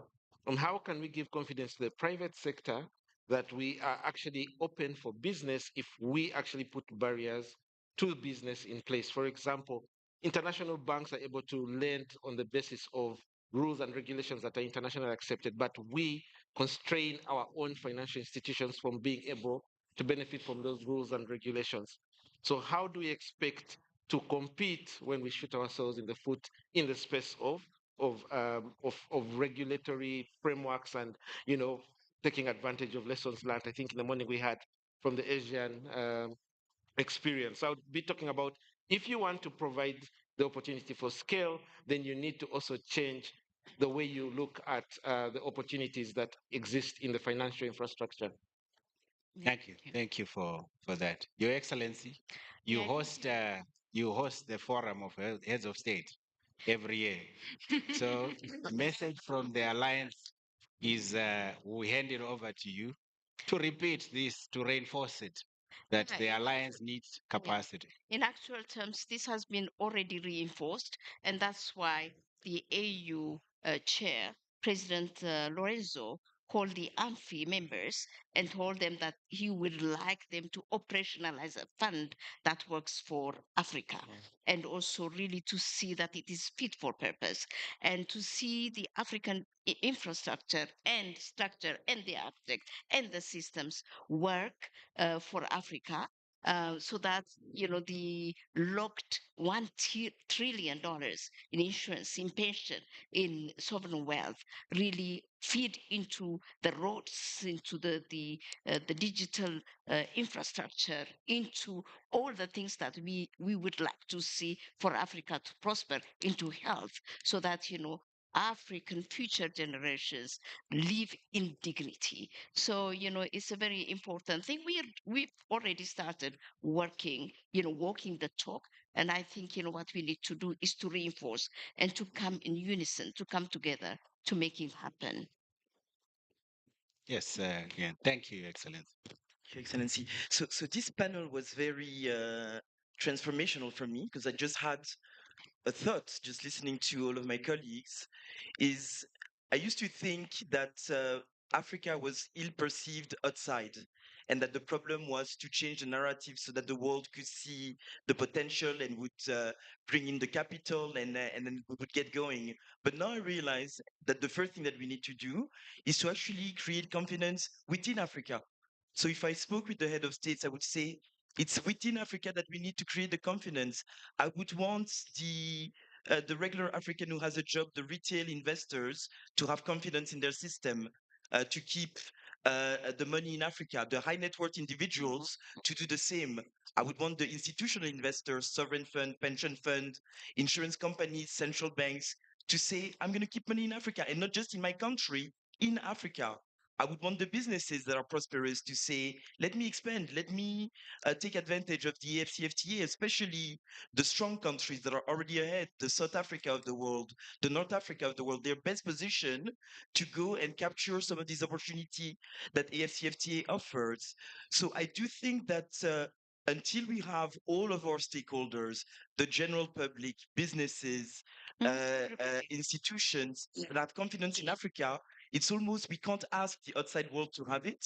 So this is where I would start. And then another thing that I would say, because I think that we do need capital at scale to transform the lives of our people and to capture the full opportunities.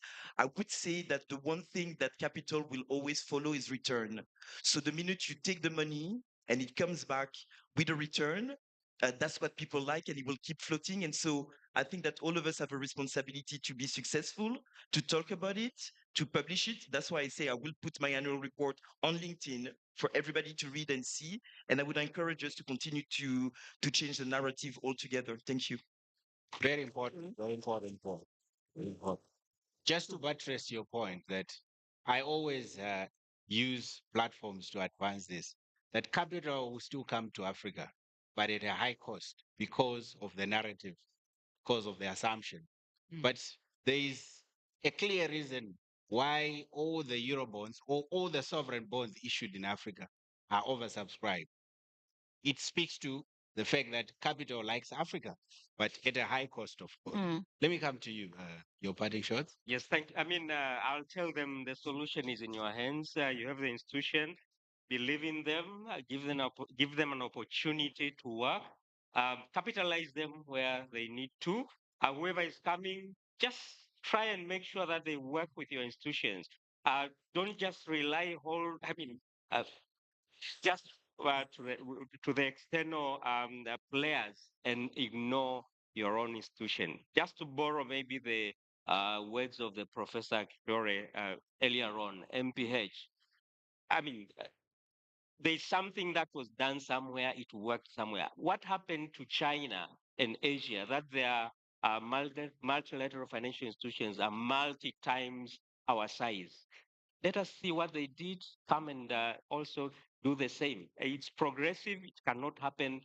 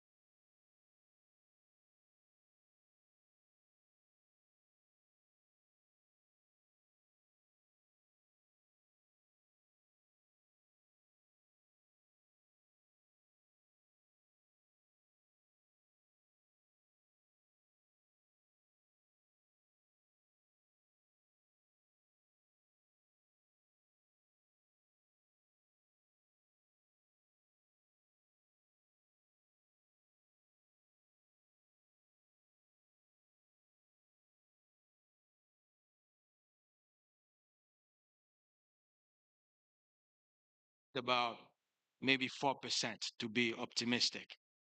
So meaning that for the next 38 years, if we were to achieve the goals that have been set at the beginning of Agenda 2063, we need an average growth rate of 8%. So you have 1% additional growth rate that you need to add to the 7, which was the original assumption, which we are very far from achieving. So to get to the 8%, we really need to accelerate the execution of the plan. So today we are at the crossroads, unprecedented external shocks, high cost of funding, as we all know. And this is not the time to weaken African institutions. It's actually the time to strengthen them, strengthen their capital, improve their credit rating by great support from the different governments. We need an African-led response to shape a resilient and self-reliant development ecosystem. We cannot rely anymore on external financing.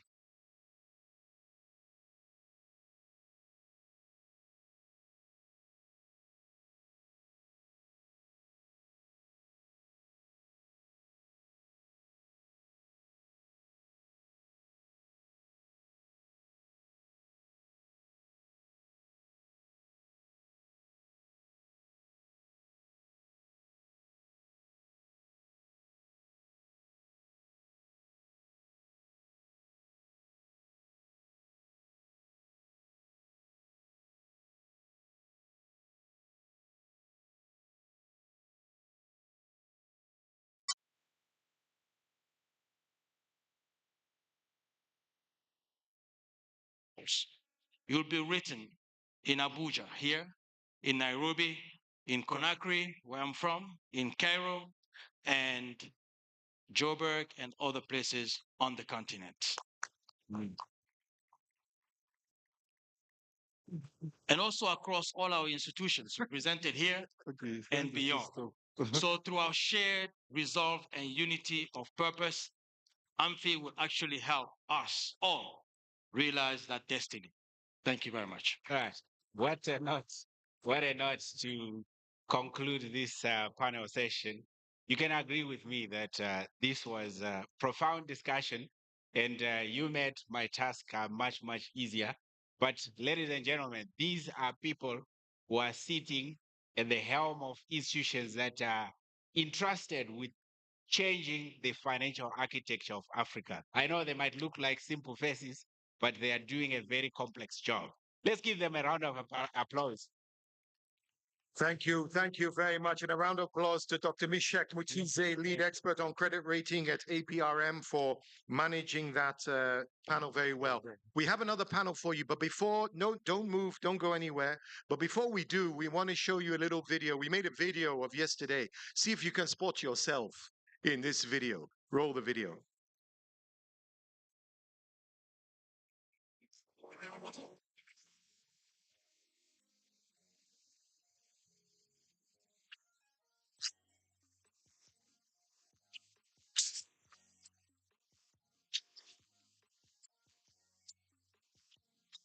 Ladies and gentlemen, dignitaries, on behalf of Afreximbank, it's my distinct honor to welcome you to the 32nd Afreximbank annual meetings. And we're here in Abuja, where Afreximbank's story began.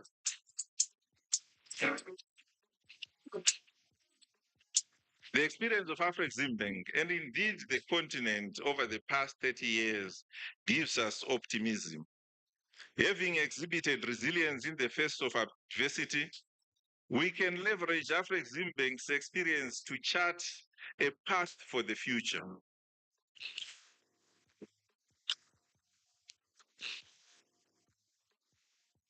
Where there seemed there was no opportunity, Afreximbank has created for us and for itself. Put your hands together for the Afreximbank.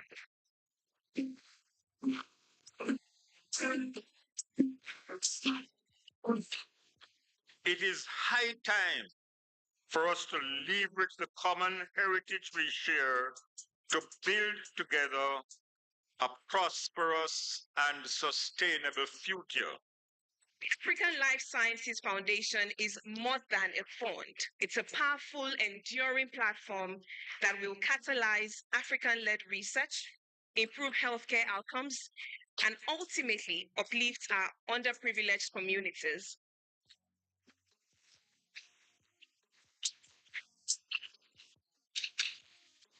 See you back bright and early tomorrow morning. Thank you.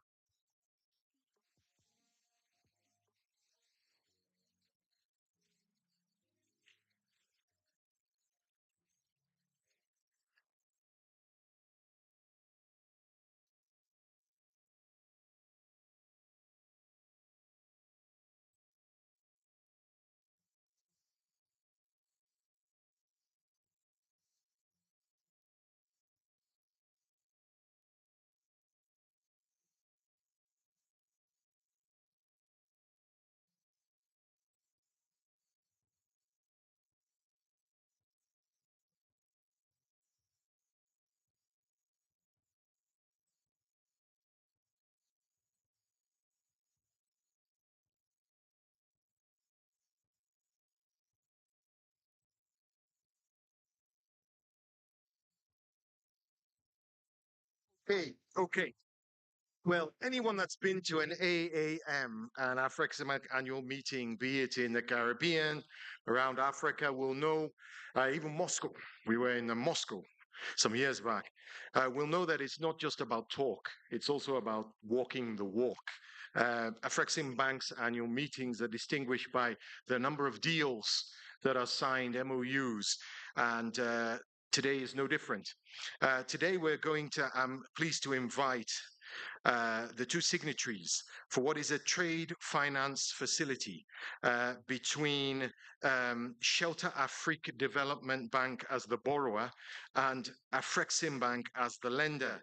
To represent both parties, I would like to invite Mr. Haitham El Mayagi, the Executive VP for Global Trade Bank Afreximbank, together with Mr. Tieno Habib Han, who's the CEO of Shelter Afrique. Give them a round of applause as they come to sign what is a trade financing facility. Now, what you're watching right here, and I will tell you, don't wait for me, just do the voodoo that you do and do all your signings. Don't wait for a sign, so to speak. Just go ahead. The lawyers have the pens, they have the documents. You know how it works. Each has to exchange. They all have to sign.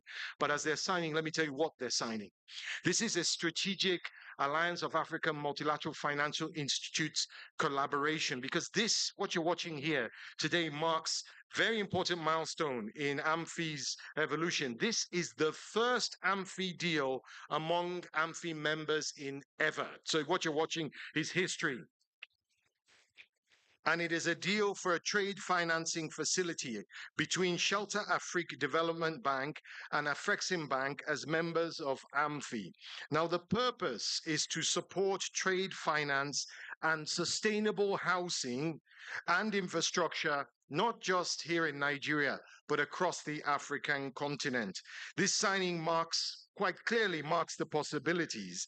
When you create African multilateral financial institutions, create a platform where they can come together and they can collaborate. There is power in numbers. Yeah, they call it, that's when you have real skin in the game, as they say. You know, when you have that collaborative, collective bargaining power. Right now, you are seeing it in motion, ladies and gentlemen. Yes, give it a round of applause. Yes, it deserves a round of applause. Congratulations to Shelter Afrique Development Bank and Afreximbank for signing the multi-million-dollar trade financing facility, the first ever.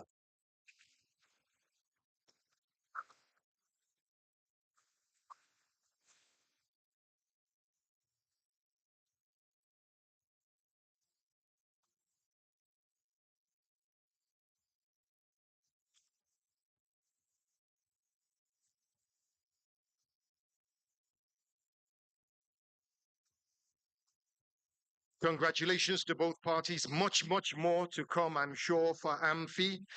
And there's much, well, not that much more to come for the rest of the day, but we have a few surprises in store for those that please do stay with us. But now, as we rapidly clear, I think I have the fastest furniture delivery and removal guys in the business. I'm going to ask them to come in and move this chair and put some of the comfortable white chairs back.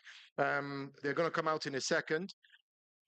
If you can remove the chairs for me, please, from the stage, because we have, I believe this is the last, if I'm not mistaken, the last thing in the program. I might be wrong. There might be one other surprise guest. We'll see if he makes it. But this one is really, really interesting. Really, really interesting. But I don't have the honor of inviting the next speaker. This is in a way, you're sort of, you know, when you have a dinner and you have like the dinner speaker. Well, this is the dinner speaker without the dinner, basically. But I'm not going to invite him. I'm going to invite my co-MC, Marie-Angèle Touré, to come out and tell us what we have in store for you. Marie-Angèle, s'il vous plaît.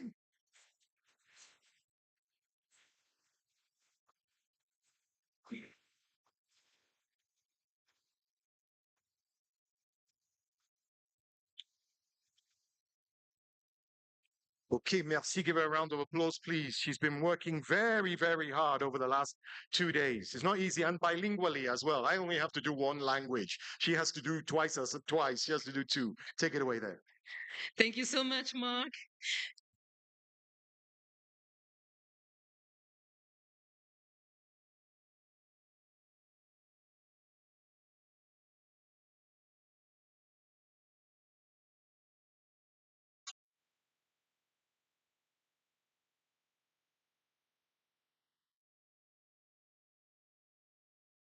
reflecting its implications for Africa tomorrow.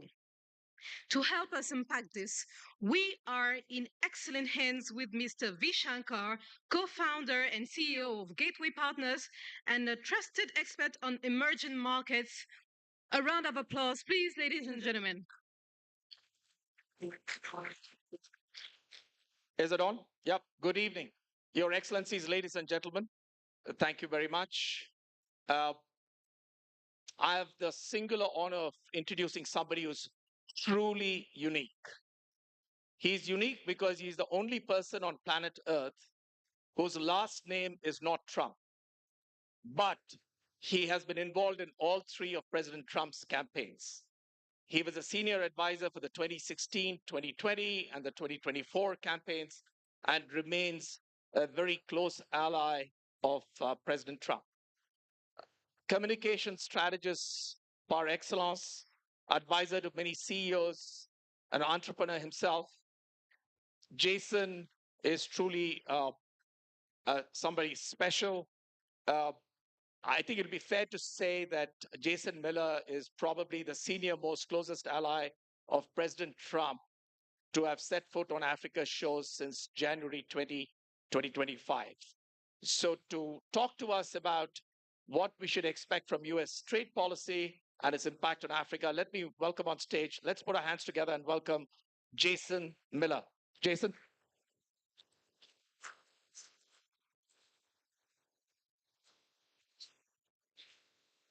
Which one?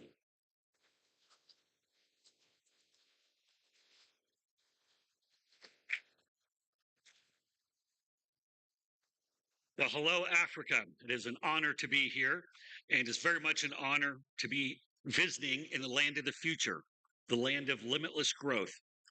And what an honor it is to be here with you at the Afreximbank annual conference, meeting key leaders in position to change so many lives in Africa. Key leaders who are also in position to impact the balance of power globally. I join you tonight at a critical juncture, not just in world history, but a critical juncture in Africa's history. As you know, the global economy is rapidly shifting. President Trump's leadership has restored America as the hottest country in the world to do business with. Technological advances in the fields of AI and energy and so many other sectors are rapidly changing the future of our workforce.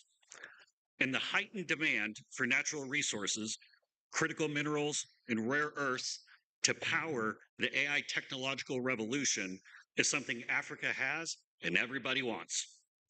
And of course, Africa itself is growing rapidly. The sheer manpower available in Africa now and in the coming years, at a time when other areas of the world are facing population declines, creates a new dynamic that too will change the balance of power. All of these changes have created a pivotal moment for Africa to seize its opportunities. But if these opportunities are not taken advantage of, Africa and its people risk falling further behind. And if Africa isn't strategic about how to take advantage of these opportunities and who Africa chooses as its closest allies, the continent itself risks being taken advantage of. For decades, too many outside countries have come to this great land and taken, leaving behind nothing but broken promises without any regard to Africa's people or Africa's future. This must never be allowed to happen again. Tonight, I come to you as a proud American, a private citizen, not in government, but a very strong ally to President Donald J. Trump. And I come with a very different message, not the hollow rhetoric of promises, but the potential for partnerships so that all might share in the economic success. And partnerships with the United States of America, American companies present opportunities no one else can match. Africa has seen enough of debt diplomacy and unrequested military occupation. This is a moment that calls for friendship and mutual respect and a clear roadmap of what's in it for you. That's because this is Africa's time. This is Africa's century. By 2050, where we are today, Nigeria will have the 9th largest economy in the world. And as a continent, by 2050, Africa will likely have become the third largest economic bloc in the world, passing Europe. Think about that for a moment. Just how far Africa has come in recent decades and where you're heading. And in just one more generation, Africa has the potential to pass Europe in economic size. And looking further ahead, by the year 2100, sub-Saharan Africa will have 4 of the world's top 10 most populous countries. And the continent will most likely have the second largest economy in the world, trailing only Asia. For these reasons alone, Africa deserves more. Africa can, in fact, accomplish more. And working with the United States, everything is possible. But it's Africa and Africa's leaders, you, that must make the choice. And in fact, Africa must make several choices to realize this success. First, I'd note that Africa must position itself for the long term and demand more from those looking to do business here.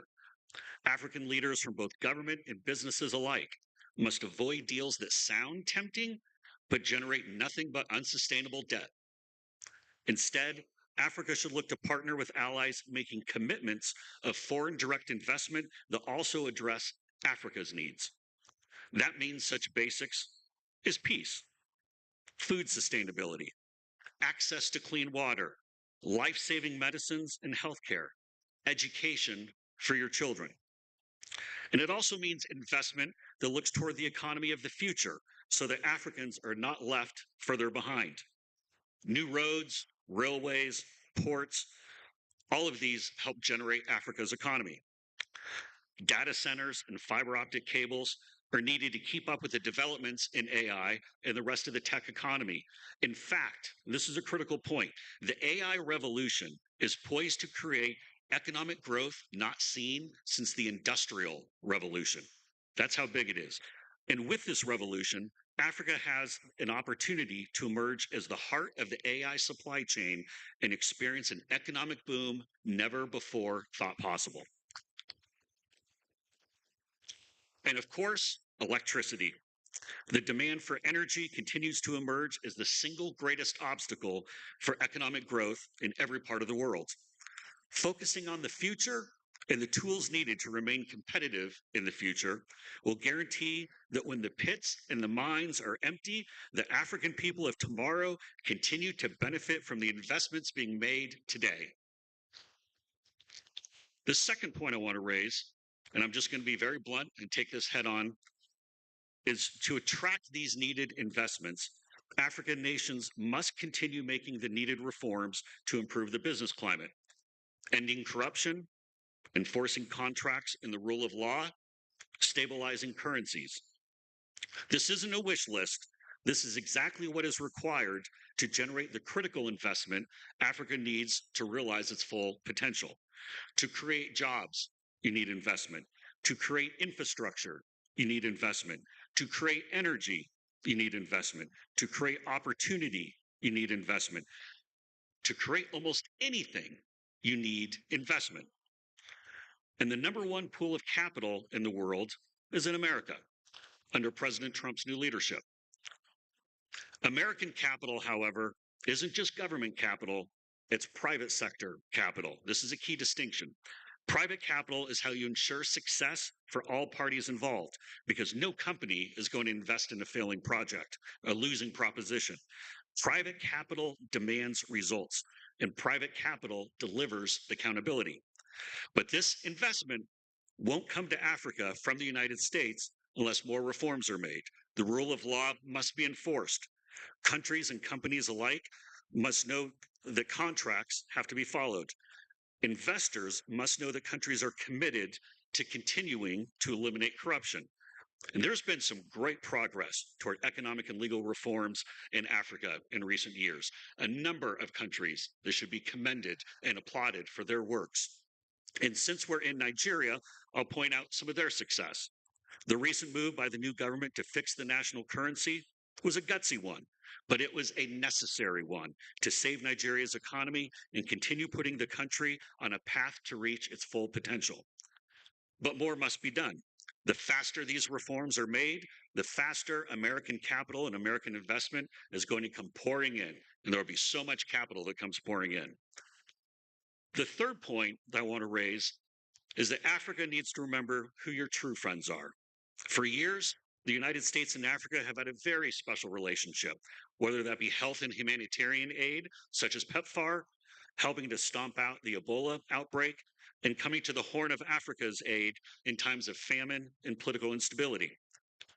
It's also been through security and counterterrorism support to fight violent groups such as Boko Haram, Al-Shabaab, and ISIS. At the moment, President Trump, and you've probably seen this, has made peace one of his driving objectives, helping to end the conflict between the DRC and Rwanda, as well as helping to mediate tensions between Egypt and Ethiopia. Critical support through PEPFAR remains fully operational regarding combating HIV/AIDS and providing humanitarian support, but now existing in a more streamlined and focused strategy that no longer mixes nation building and political ideology with people who just need help. This was a drastic and needed reform to right-size these efforts. The United States should not be invested in nation building, it should be invested in creating partnerships. And we saw it just this week. President Trump's continued commitment to developing the Libido Corridor, for example. We see the billions being invested to restart the Mozambique LNG project, and there are countless other projects that American companies and the government are going to help to get launched in very short order. Going forward, the United States will continue to be in the business of helping bring about peace across Africa. The humanitarian aid the United States has provided and will continue to provide is unmatched by any other country. And the economic development projects supported by the United States in the present and in the future are not projects that will load up African countries with debt, but rather they're projects that will help produce revenue for the countries of Africa. Put this in contrast with what Africa has seen from other countries, such as China, whether that's unregulated fishing trawlers in the Gulf of Guinea, environmental disasters from sloppy companies, or even inescapable, crippling debt deals. The United States offers something much different. The future of the U.S.-Africa relationship is also one that will be based on mutual respect.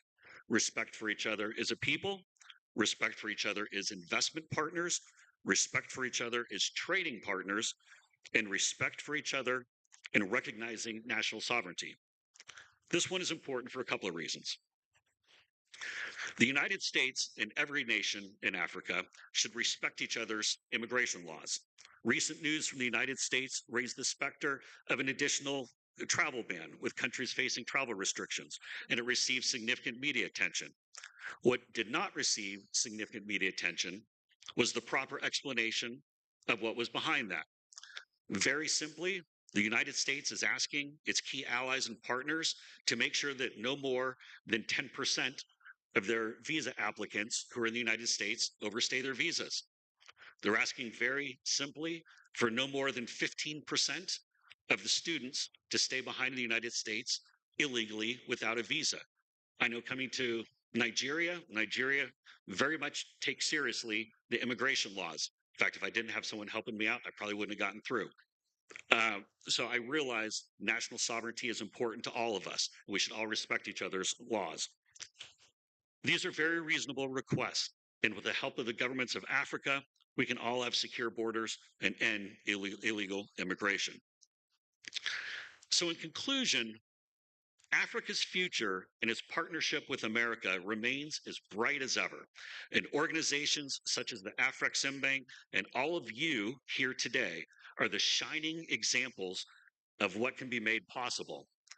Because together, we will make Africa powerful again. Together, we will make Africa wealthy again. Together, we will make Africa strong again. Together, we will make Africa proud again.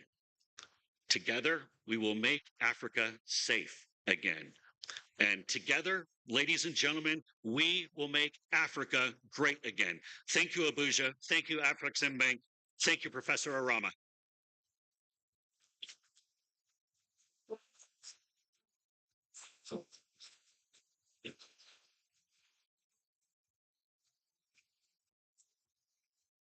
Jason, thank you. That is truly inspirational, um, impactful, and influential, just like Professor Rama, uh, who has made such an impact, had such an influence, and has been such an inspiration for all of us around the world. So thank you for those remarks. Let's start with Trump 2.0. You've been a close ally of his. How does 2.0 feel to you as opposed to Trump 1.0? Great question. I think when President Trump came into office in 2017, it was a very new experience. He had not yet been in any sort of political office. In fact, the first president that we've ever had that was not in the military or in elected office prior to that. I think that the president did not have the right team around him. There were people who thought they could change the president and move in different directions. But this time, President Trump knew exactly what he wanted to do. He knew what policies he wanted to do. He knew the leaders of so many various countries. And I think where you see the engagement of President Trump, we saw just recently his trip to the Middle East, where he went in after 4 years of neglect from the previous administration. He had the olive branch there. I think also, too, when you look at the countries of Africa, for example, and you look at the focus that's coming from the DFC, the Development Finance Corp, or the Exim Bank, the Export-Import Bank from the United States. The focus on Africa this time is so much greater than it was before. And what's different now is it won't be lip service like we saw the last 4 years. It will be real commitment. Okay, that's good to hear. So, if a memory serves me right, it's roughly about 150 days since President Trump became president again. What's the scorecard look like? Because he came to power based on immigration, inflation, and being a president who's all for peace, stopping foreign conquests, and getting involved in embroiled in wars overseas. So, what's your take on it, particularly in light of what's happened in the very, very recent weeks? So he's had some great successes. I, for one, knew that he would be able to secure the border, our southern border, simply by putting his old policies in place. I don't think that even I thought he would do it in one day. Maybe 2 days, maybe give it 2 days in case it took 2 days. But he secured it. It was that simple. Just put his policies back in place. I think where we saw that bringing about world peace and helping on that, it's hard. Africa sure knows that. It is hard to bring about peace, whether it's working with countries to mediate, maybe it's a water dispute, or maybe it's a territorial dispute, or as we've seen in the Middle East, or even with Russia invading Ukraine, we've seen much more violent exchanges, and it's much more complicated to unpack. But just as President Trump actually brought about peace in the Middle East in his first term, I think we're on track to do that now, as we've seen the ceasefire now with Israel and Iran both standing down. And as I mentioned in my remarks, we saw where President Trump has personally gotten involved to help resolve conflicts, whether it be the DRC and Rwanda, whether it be Egypt and Ethiopia. The president is very much committed to world peace. And in fact, if you pay attention to a lot of his speeches, he has said that he wants his legacy to be that of peace. He wants to be the ultimate peacemaker. The U.S. economy is poised to have a big explosion in a good way once they pass the upcoming budget bill, or the middle class tax cut bill. And I think we're going to continue to be an economic beacon for the world to see. Okay. Switching to Africa, a very important thing for Africa is the AGOA, the Africa Growth and Opportunity Act, because it provides market access to almost 1,800 products, and it's been a cornerstone of the U.S.-Africa trade engagement. And it's going to expire in September this year. What's your take on, will it be extended? Will it be renewed? What's the thinking on it? Yeah, great question, because trade with Africa is very important. The one thing I would say is in the 20 years that AGOA has been in existence, and Shankar, as you said, it comes up for reauthorization in Congress this fall. So that's the U.S. Congress has to go and pass that, not the president can't do it all by himself. Some things have changed over the last 20 years. Over the last 20 years, there are now numerous countries in Africa that have imposed tariff barriers and non-tariff barriers on American products. And for many countries, China has become their number one trading partner. And so if there are barriers being put on American products, barriers that prevent entry, and China is getting a much better deal, then of course the U.S. is going to be looking to make a better deal on that. Now, what I would urge, because this of course is the Afreximbank, and everyone in here knows about the economy and investment, and some of you are elected officials yourself, if you represent or you work with a government that has a trade imbalance with the United States, or there are non-tariff barriers that are currently in place, call the United States, call Jameson Greer, the U.S. trade rep, reach out and talk about how we can get to a better equilibrium. Because with these more equalized trading agreements, then that's going to increase the flow of goods back and forth. So just staying on the topic of trade, tariffs is a beautiful word for President Trump. He said it's the most beautiful word in the English language. So do you see tariffs as a negotiating ploy, or is there something bigger in terms of complete reconfiguration of the American industrial landscape? Well, I think it's a number of things. I think it's both. I think sometimes they're negotiating. I think also there's a desire to raise additional revenue, but then also it's something that the U.S. can use to open up different markets and help protect sectors that are going away. In fact, if you look at what President Trump has done so far already, the moves that he has made, he has single-handedly saved the U.S. auto industry. Take a look. Don't just take my word for it. Look what's happened to the auto industry in Germany, for example. With subsidized, very cheap Chinese cars coming in, it's almost completely wiped out the real production growth of Germany's auto empire. And so having the ability to manufacture cars in trucks is a national security issue, and it has to be protected, just as anyone who has a critical industry wants to make sure to take care of it. So there are a number of different reasons why tariffs are needed or in place, but also as we saw the UK come together and come up with a great trade deal with the president. I know there's several other countries that are right at the verge of having their deals done. And so I would encourage anyone here to go and start negotiating your own trade deal with the United States. That's how the opportunity is going to follow. But coming back to manufacturing, bringing manufacturing back to the United States, tariffs is just one part of the equation. It's necessary but not sufficient. What else needs to happen to make manufacturing great again in America?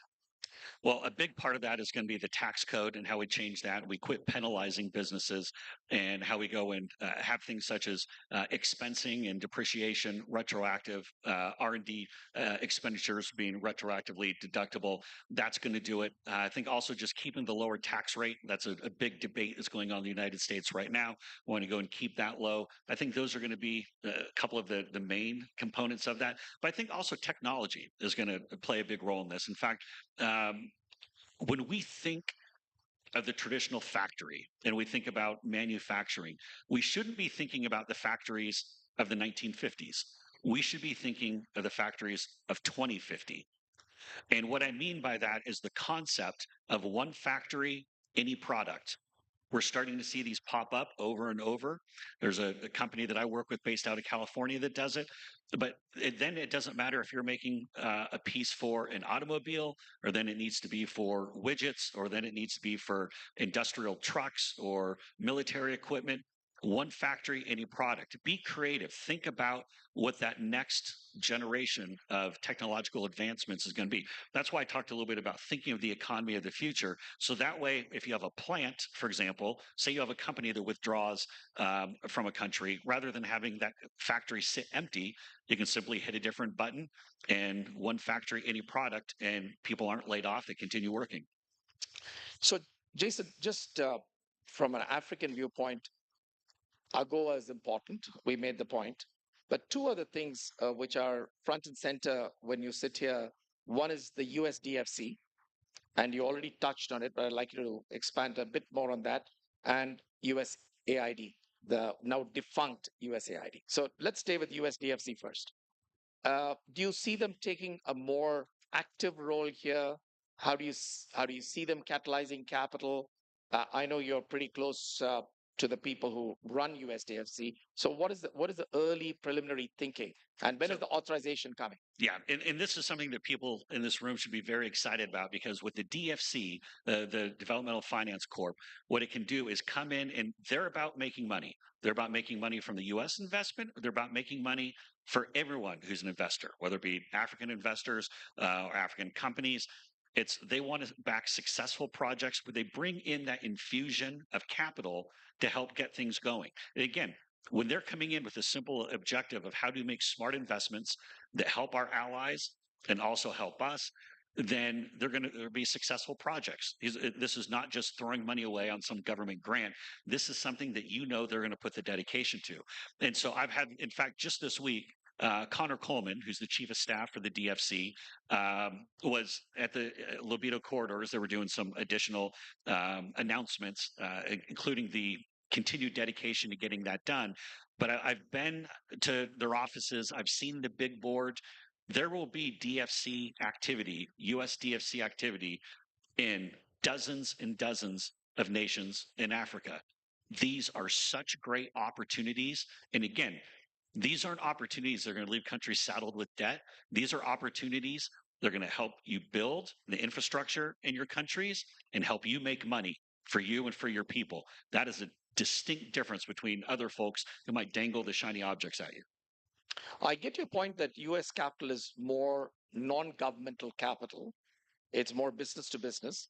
But a huge amount of the US capital is with US pension funds, which are public pension funds, whether it's CalPERS, CalSTRS, and any number of them. Is there any possibility the administration can help at least catalyze some capital for them for Africa? Oh, absolutely. I think that is more and more, and this is why I talk about the reforms that are needed. So if you're going to have a big, massive giant such as PIMCO or Vanguard or BlackRock or any of these mega investment companies that effectively is the closest thing we have to sovereign wealth organizations, when they come in with these big amounts of capital, because keep in mind, they're effectively managing retirement portfolios. They're managing people's savings. They're managing their futures. The rule of law has to be strictly adhered to. They have to know that contracts are going to be enforced. As I said, they have to know that efforts are being made to eliminate corruption. Otherwise, they can't take that gamble with people's livelihoods. But if countries in Africa can continue to make these reforms, and I know I only name-checked Nigeria for an important reform, but so many other countries are making very important reforms, and I commend you for that. Continue doing that, because that will open the door for the big amounts of capital to come into Africa. Okay, good to hear that. USAID, it's defunct almost. And some of the cuts there obviously impact some very important programs that USAID has supported in Africa. The pain is being felt here, according to some independent reports. Any view on when and if some of those programs will be reinstated as needed? Yeah, important question, because I think that my allies in the administration could have done a much better job with messaging what was happening. The critical programs, so PEPFAR, for example, whether it be humanitarian aid, combating HIV/AIDS, these are important programs that continue to this day, and they will continue going forward. In fact, my first trip to Africa, I went to Zambia, and we were near Livingston, and we are doing effectively a round table, and a lady was sitting next to me with her 1-year-old son. And they were going around and they were talking about how everyone at this round table had been positively helped by PEPFAR. And the lady next to me gave her the story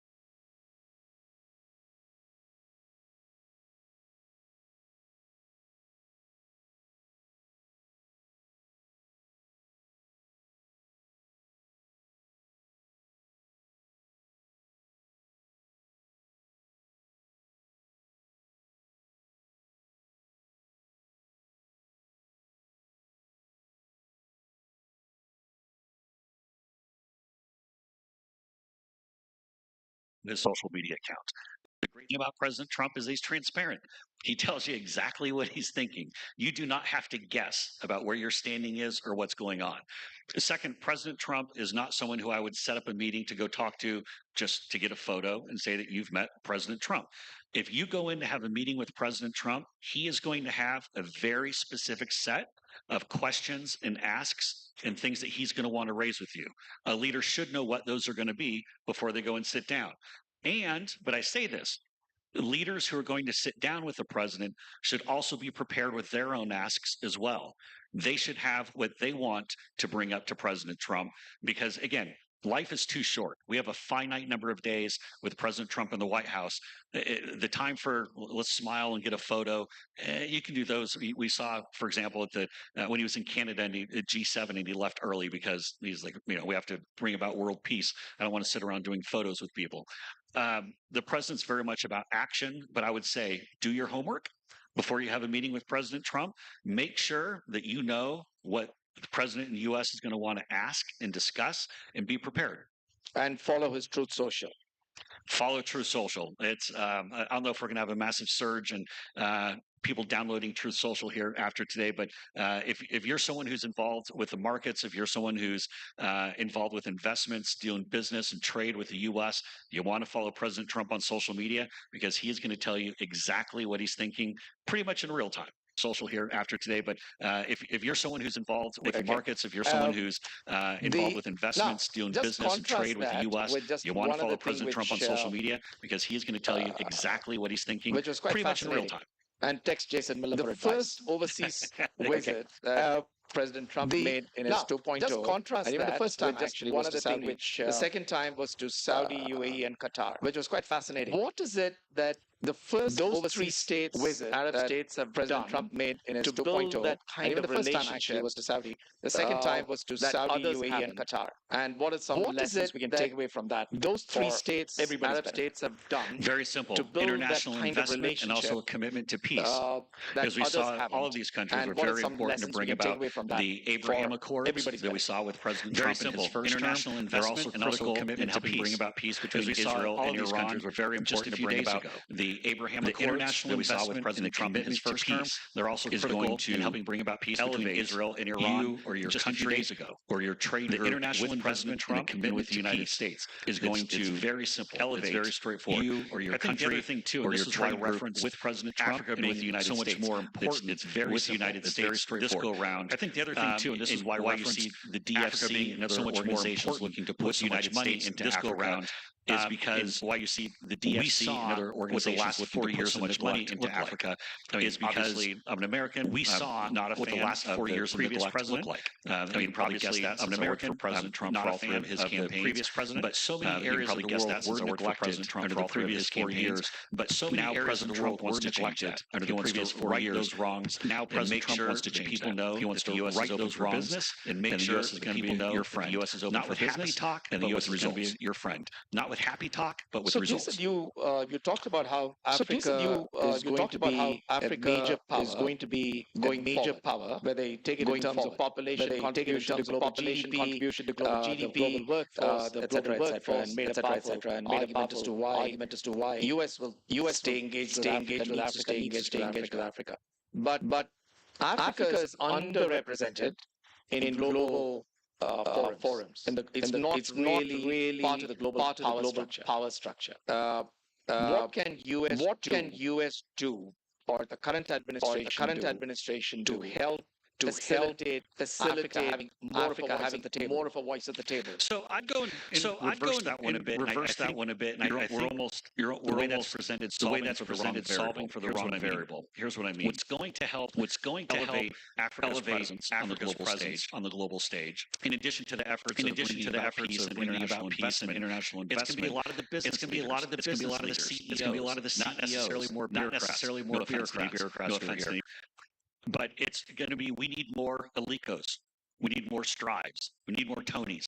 We need more of the CEOs representing, whether it be their countries and their companies, and showing that Africa can be a powerhouse. And Shaker, that when we talk about what's what's different now? Why do I keep saying that Africa has this great future? Why did I travel here to see Professor Rama and so many others? Is because I believe in Africa's future. We saw with the recent trade dispute how things such as rare earths and critical minerals have put the resources that Africa has in such a key critical global position.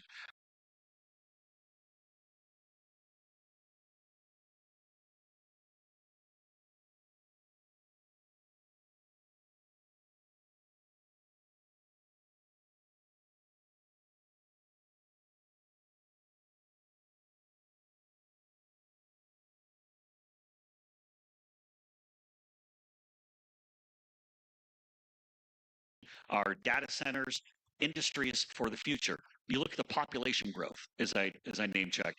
The population growth in Africa is so big, and there's so much advancement, especially in the realm of tech, that this can be an AI and tech powerhouse. I actually didn't even realize this until just before I came, that tech is now a bigger percentage of GDP for Nigeria, for example, than even oil.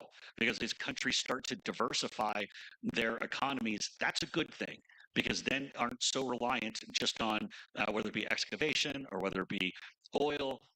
Diversifying the economy also, I think, plays a big part in helping to get rid of corruption, quite frankly, because then certain people can't hold the rest of the country hostage. And so there's a lot of opportunity with Africa, and I very much believe in it. So when did you speak to President Trump last? So I spoke with him earlier today. He's obviously in a very good mood that he was able to get the NATO countries to all commit to 5% defense spending, to 5% of their GDP. Obviously, the president's had a couple of major wins lately. So I tell you, he's someone who doesn't sleep ever. I don't know how he does it. I mean, he's couple years older than me, obviously. I can't keep up with him. He goes around the clock, but he was very appreciative that I was here speaking with the Afreximbank. I was getting to meet so many of you, and appreciative that we had a strong representative who is coming here to say that America wants to do business with you, America believes in you, and America wants to be a part of your future. So how is it working with it?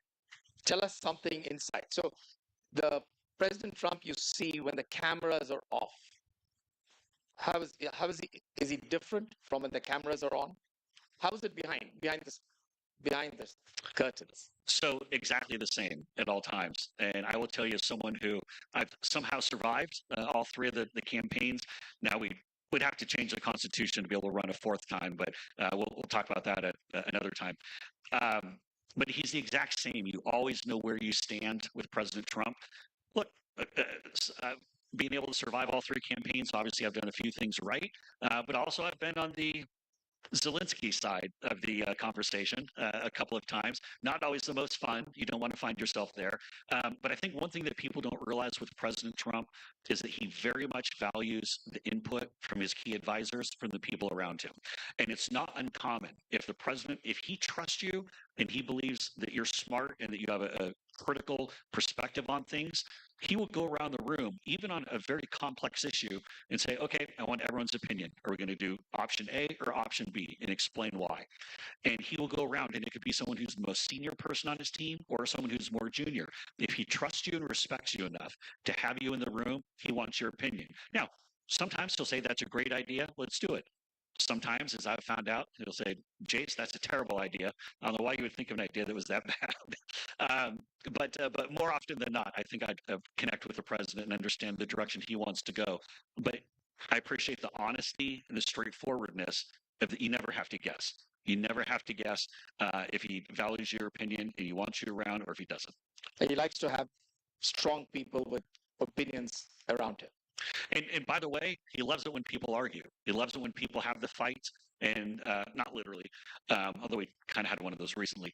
But he likes to see when people battle their ideas, because he wants to see how people make their arguments, how that's going to come across with the working class Americans who are frustrated and think everyone in D.C. and people in global governments just lie to him the entire time. And so he likes to see that internal dispute But then at the end of the day, we speak with one voice, and that's his voice. He's the captain. He says what we're going to do. And then once he's made the decision, that's where we go.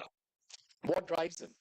So what would he like to be remembered most for? This has changed over the years. I think that when President Trump first entered politics, it was MAGA, Make America Great Again. I know today we're worried about making Africa great again, but making America great again was really his drive and helping to restore the American middle class, people who work for a living, people who've been left behind as the investor class has taken off, and we see the ultra rich get even richer, but then the working class see no noticeable gains. It now includes also world peace. And this is something that he's become increasingly focused on, about how do we stop the killing. I think far too many of these disputes, you'll have one side will say, well, we want this territorial line. And this side will say, we want that territorial line. And far too often, people just ignore the basic question of how do we stop the killing? And I think the way that President Trump looks through that lens is different from anyone else we've had. I mean, for example, think about how we got North Korea to stop shooting off, testing nuclear weapons during President Trump's first term. Everyone said it couldn't be done. For decades, the professionals, from whether they be Republicans or Democrats, they failed. North Korea kept getting more powerful weapons. But I think there's also a newfound purpose. President Trump's always been motivated and had a purpose. But when you think what we went through in that last campaign, 2 assassination attempts, one of them like literally an eighth or a quarter of an inch from taking his life. You think about the legal assaults that they came at him with, the fact that our opposition swapped out their candidates with only a few weeks before the election to try to beat him. I think President Trump realizes that life is short, life is precious. We have a limited amount of time to go and actually help people and save America, but also to help save the world. If you want to leave this audience with one message, what would that be? The one message that I would leave would very simply, don't take the lip service, as I said before, don't take the lip service and empty promises. Look for the partnerships. That is the difference. Promises is how so many countries have gotten into this mess. Partnerships is how we're together going to get out of it. I firmly believe in Africa. It's been a great honor to be here with you. And once again, thank you, Professor Arama, for having me. I do think that working together, we can make all of our countries much better. Thank you, Jason. That's fantastic. As always, you're a dear friend and very eloquent in what you say. So thank you. Well, Shankar, hold on. So I've been doing most of the talking, but I do have a question for you. What is next for Shankar and Gateway Partners, especially as it might pertain to Africa? Obviously, we are Afrophiles. We love Africa. We invest in Africa. We've been doing that for decades. We intend to invest much more and crowd in capital. We are launching a new Africa private equity fund as well as a credit fund, and proud to announce that we have the support of African Export-Import Bank. Without that, we wouldn't be there. The second announcement I'd like to make is that Jason Miller will be joining Gateway Partners as a senior advisor. So a senior advisor to President Trump as well as senior advisor to Gateway. So thank you. And my pledge and my promise is to try to help bring as much American capital to Africa, to put it to work, like I said, on the projects of the future, the industries of the future. That is what I'm committed to doing. Thank you.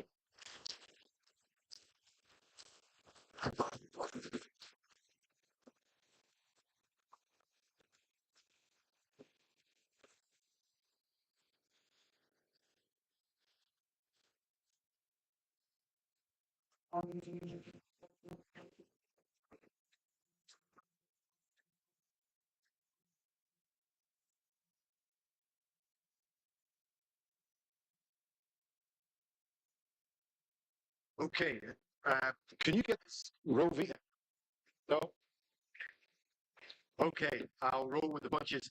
We have one more final interviewee, or should I say special staff speaker who is currently about to make his way into the room. So stay in your seats because this will totally be worth it. Now, I'm going to try and describe this gentleman.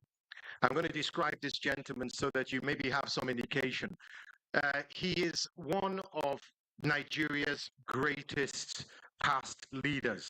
He's someone that believes in institutions, someone that has built institutions, and even after he stepped down from the presidency of the Federal Republic of Nigeria, he still worked tirelessly. In fact, he is an honorary ambassador for Afreximbank, and his input in Afreximbank has been significant in these decades of resilience and building on the future. Plus, ladies and gentlemen, he can beat any of you in squash and also in five-a-side football, even though he's 88. His name means God is victorious, Olusegun, and he's here today. Ladies and gentlemen, the former president of the Federal Republic of Nigeria, Olusegun Obasanjo. Now, Your Excellency, you know, I also bear Olusegun as well. And so I have to say, I always wish if it were me interviewing you, but they got somebody better. Please welcome Fifi Peters from CNBC Africa, senior correspondent, to have the interview. Ladies and gentlemen, I will take you to... Yeah.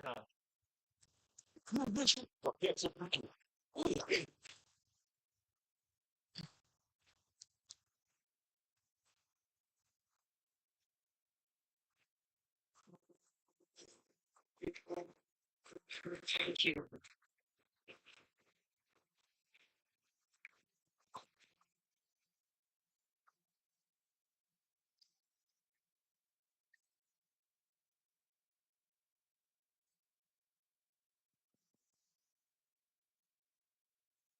Fantastic. Ladies and gentlemen, good afternoon, bordering on a good evening.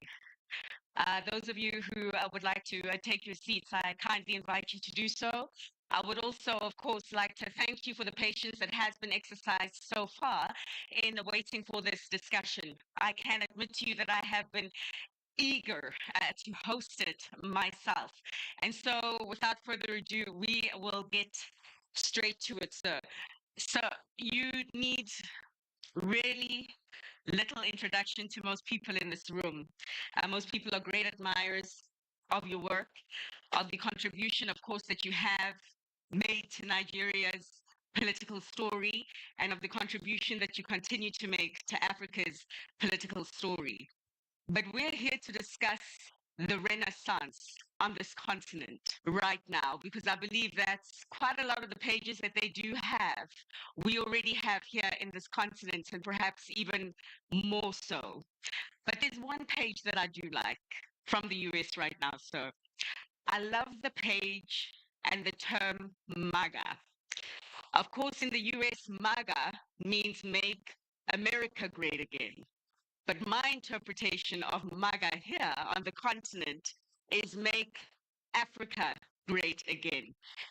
And it speaks to this renaissance that we have to enable. But of course, it's a renaissance that is happening in a tricky time right now. So turbulent, changing times. So you and I have to address this humble audience about the lions on the continent that will be responsible for the Renaissance. It is a term that I know is very familiar with most people in this room. Are the lions still on the move? It is a term that encapsulates the economic recovery accelerating on this continent.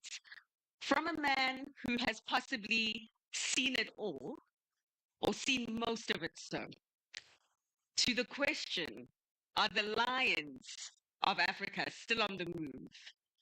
What is your answer, given what's going on right now, sir? Thank you very much.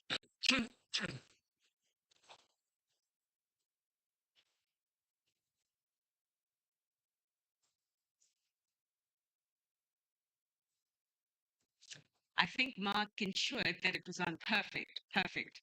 Thank you very much. Let me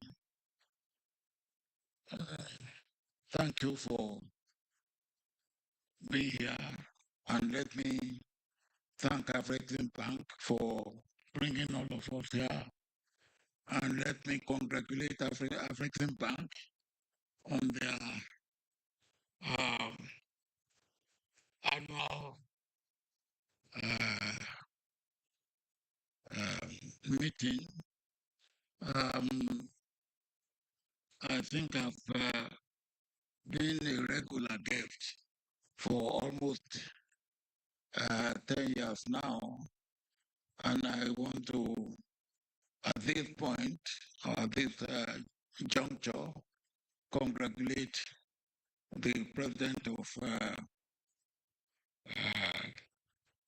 Afreximbank, Professor Rama, for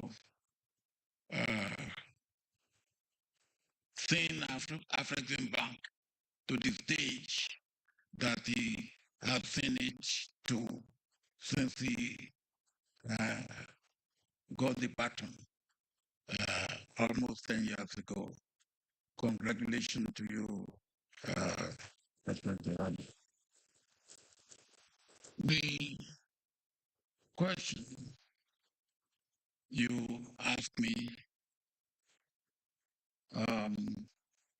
one is Renaissance.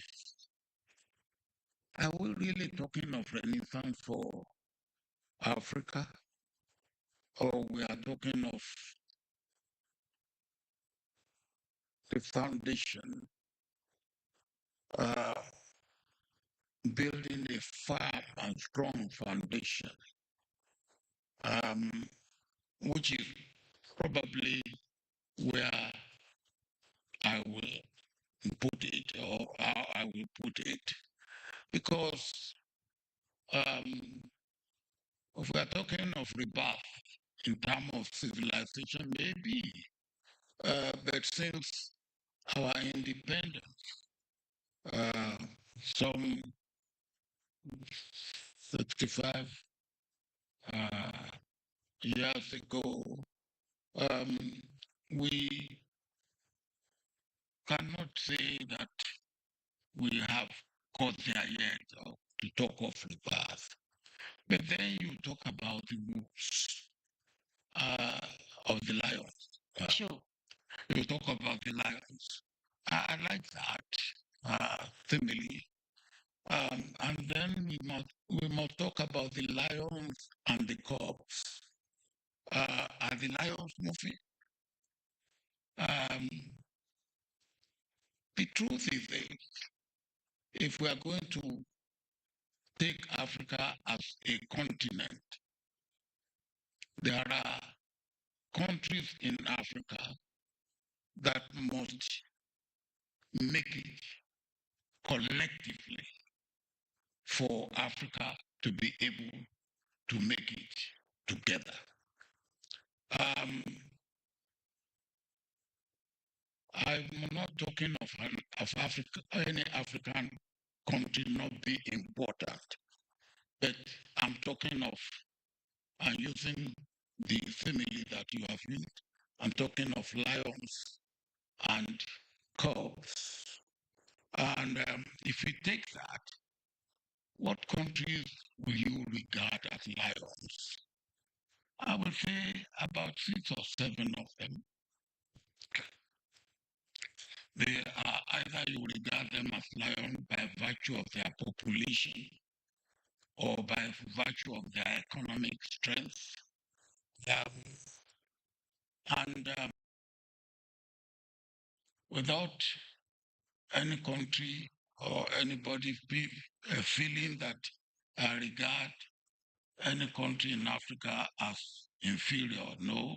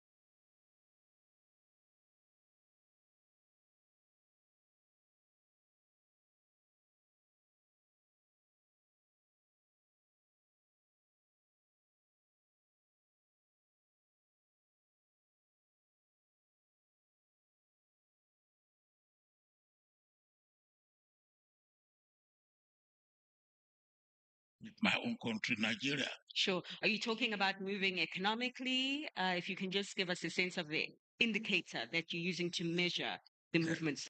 Yeah, the talking of moving economically. Sure. Economically. Sure. Economically. And of course, you cannot talk of economic without touching on political, because politics is the master of economics. Now, economically, Nigeria is not moving as it should be moving. Over not where it should be, or not what it should be doing, both politically and economically. You can say that for DRC, I was with the president of DRC last night. Not where it should be. It's not moving how it should be moving, both politically and economically. And you can say, at least economically, South Africa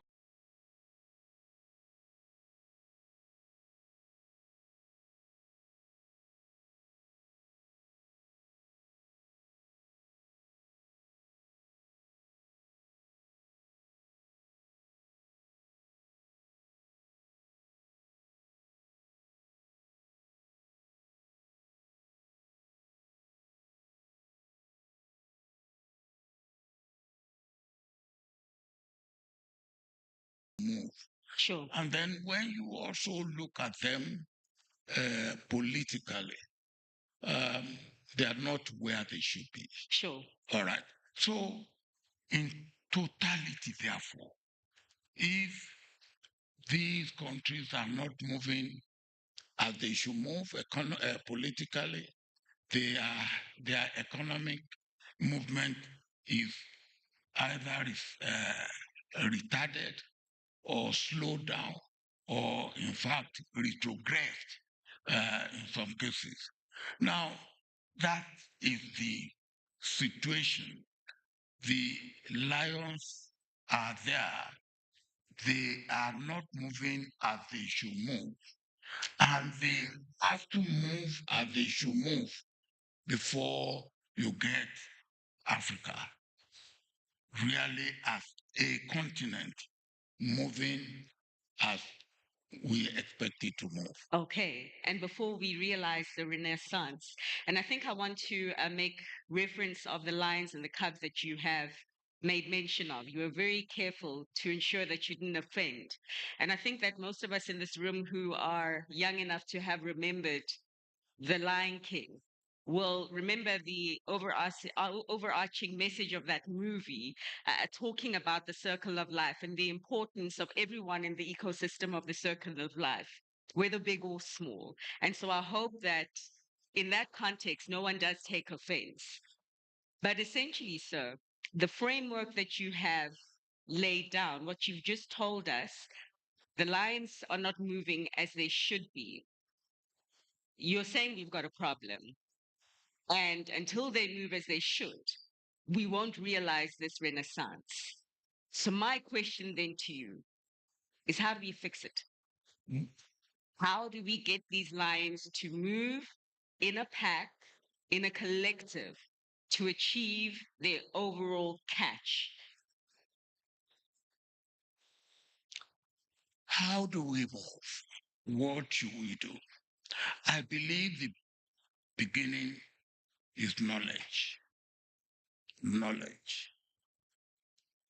How much of the world do our leaders understand? The world we live in.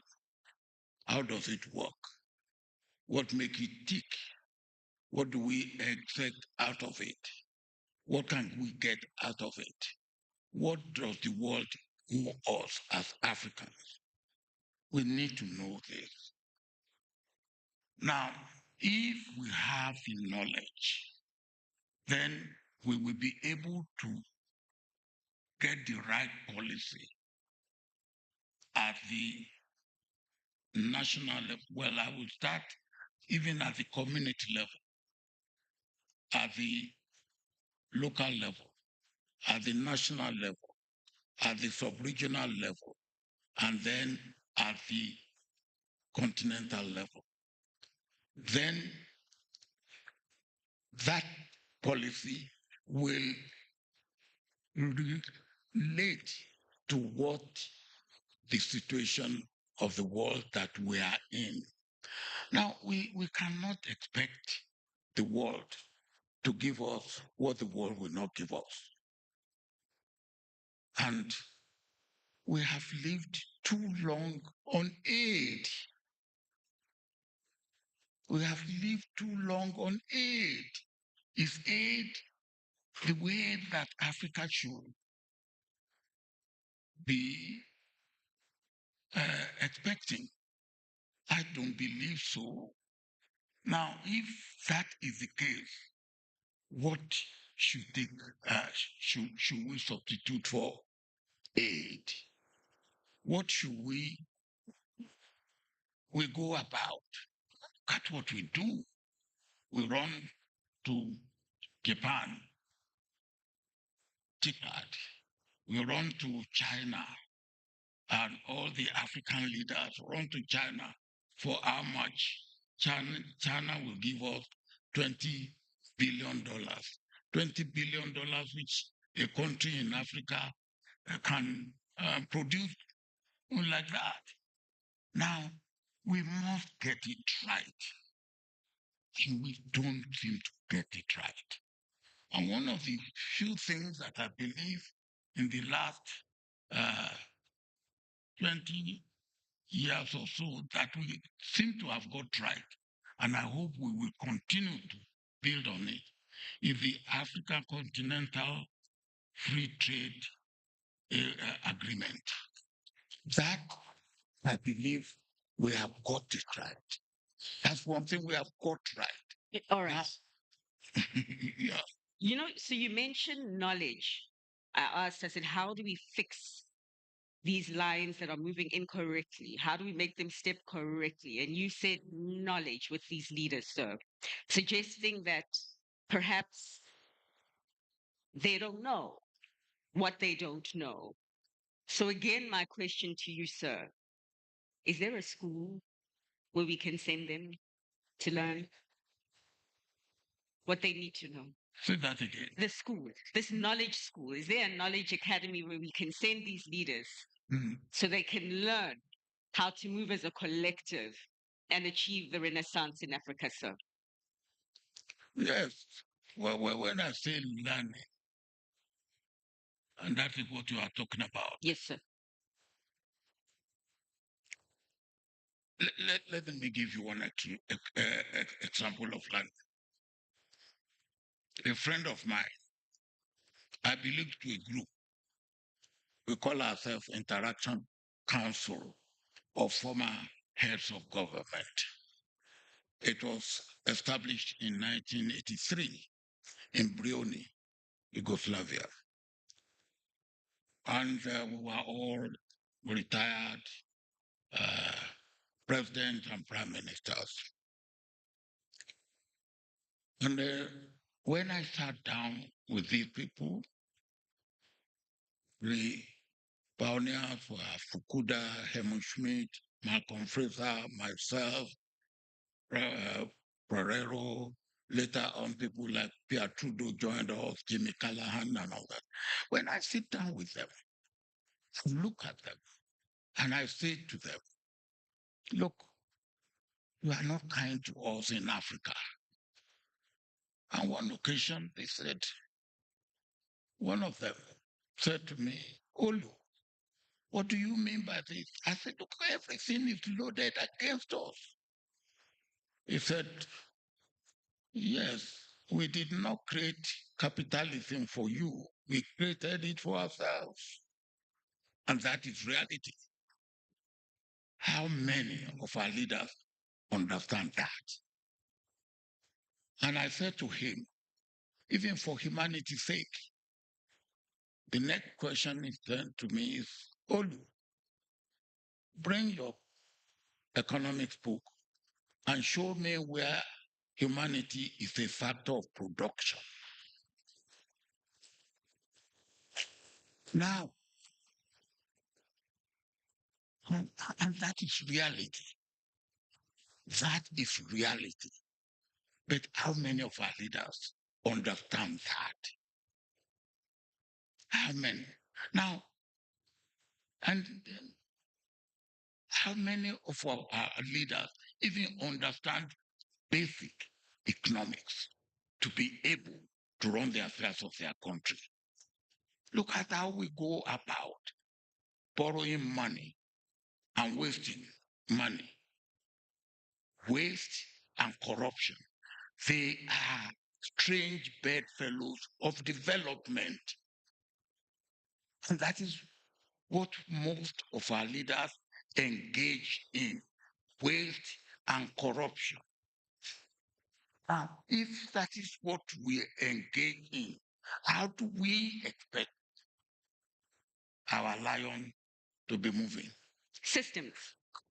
How do we expect our lion to be moving? So I would say our systems, not a potential solution here. Systems of governance and systems of accountability.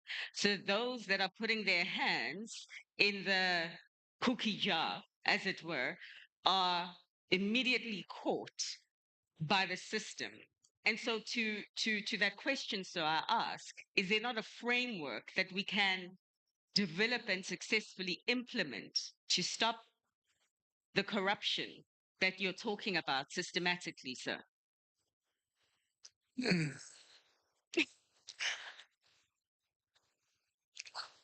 Well, you are taking me to another area. And I will go to that area briefly. Let's go. I am saying that Western liberal democracy, which we inherited because from our colonial masters, need to be internalized and interrogated. Because even for them, it's no longer delivery. And why should we not interrogate it and see what aspect of it should work or should be amended or should be reviewed in our own interest? Western liberal democracy talk of loyal opposition. In most African languages, opposition is enemy. Where do you talk of loyal enemy? How do you talk of loyal enemy? But Western liberal democracy came out of monarchy. You can be loyal, you can be government and be loyal to monarchy. In fact, in Britain, they will say, or His Majesty's government, or His Majesty's opposition. In Nigeria, which government is he being loyal to? Opposition is meant to be crushed because it's an enemy. And that's what happened. Now, how can that work in a society where you keep half out of access to whatever is good because you have winner takes all? And then whatever the winner has taken, the loser has nothing to take. Sure. Okay? And then in a situation like that, you say democracy is delivering. Democracy is not delivering. Shouldn't we look internally and look at our own system? In African system, we never talk of opposition. We sit down, we look at everything, we argue, and when we argue, we get consensus, communalism, not opposition and government.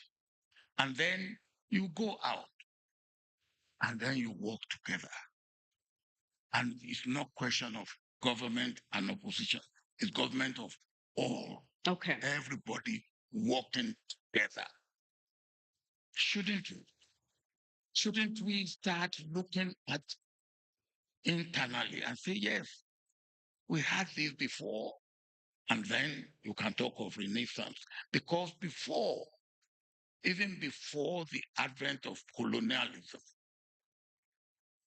we don't have government and opposition. We have working together. And then, of course, in our own case, I don't blame the colonial power because they give us what they have. But we take it lock, stock, and barrel.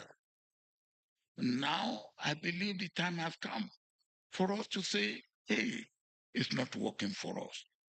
Even for them, it's not working. Sure. Okay. They are also asking. We should be in the forefront of asking because you talk about system. What system do we have? And what does our system do? What does our system do? Our system now has been monetized. Our democracy is monocracy, monetocracy, sure. Not democracy. Monetocracy, which means you buy. When I was growing up in my own village, I'm a village boy, you know. When I was growing up in the village, if you come to my village and you say, oh, look, government want to do this, and we will bring money, and you say, oh, look, we will make you the treasurer, and the village people know that you are light-fingered, they will just say, oh, no, no, no, no, no. Don't make her, her farm is too far. When we need her, she will not be around. Let us make this other one. All right. Now, today, if you have money, you will not be, nobody can stop you. You will buy everybody, and you will be the treasurer. And then you will, and the money that comes in will, of course, go into your pocket. Sure. So it is not democratic socialism, it's democratic society.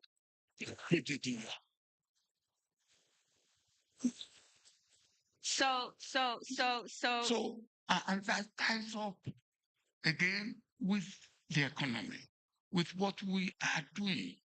Okay? Take agriculture, our agribusiness. How do we handle it? How do we handle it in such a way that we cannot feed ourselves? In the days, even before the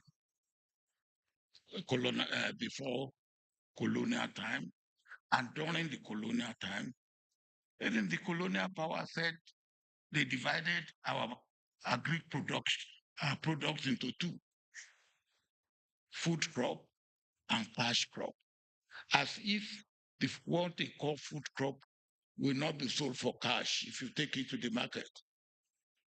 But that is another thing. And we haven't moved away from that. So how much do we add value?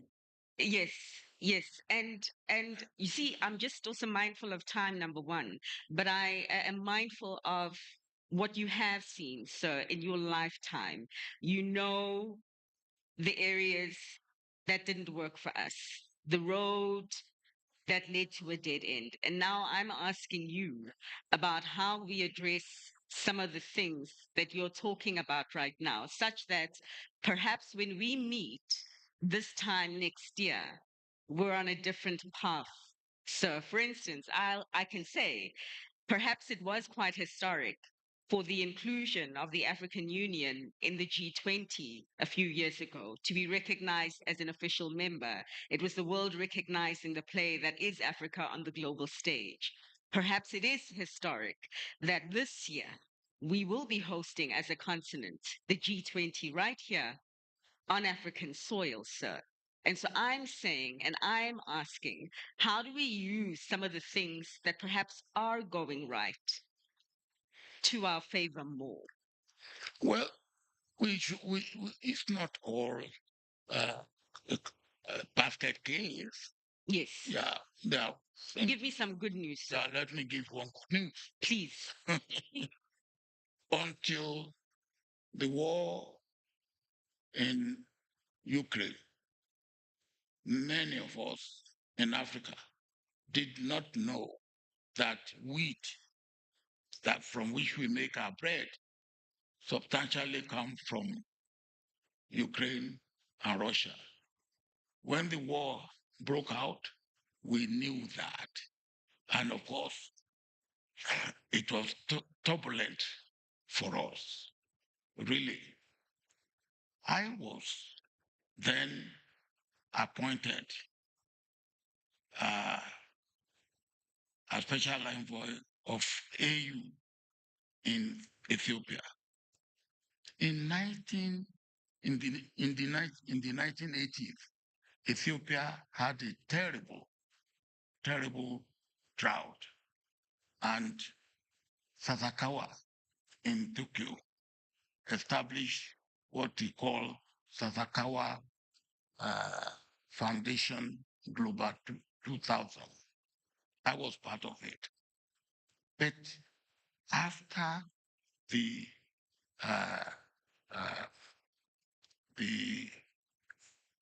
Koro, the Koro epidemic, what happened? The Prime Minister of Ethiopia decided that he will be self-sufficient in wheat and be exporting. He gave himself a program of 5 years. Within 3 years, Ethiopia was self-sufficient in production of wheat. And today, Ethiopia is exporting wheat to Kenya and in other neighboring countries. That is a success story. That is a story that we can all say, oh yes, from this, it is possible. And if that can be achieved, that can be done by Ethiopia, then more can be done by other countries in that area, the area of food self-sufficiency alone. We will be saving well over $40 billion. Sure. So that's one thing. So fantastic. And I'm going to ask you for one more thing as we wrap up this discussion, sir. And I'm going to ask you perhaps to address the majority on this continent, some who are young and some who are young at heart, who do have the responsibility to ensure that we move forward properly. It was so funny when we were having a briefing. His Excellency said to me, I am getting old. I said, oh, Your Excellency, I love the word getting. But, sir, to those who are also getting old, to those who are young, but the leaders of the continent right now who have the responsibility to shape this continent for the better, your message to them, sir, right now would be what? My message would be, first, those areas where we have made progress, we should continue. And I've just given an example of Ethiopia in one particular area. If we look around, there are other areas. Afreximbank has started something that we will use to pay ourselves when we buy things among ourselves. For what reason do I have to look for euro or dollar when I'm buying milk in Uganda? Uganda produces over 5 trillion liters of milk. Nigeria needs that milk.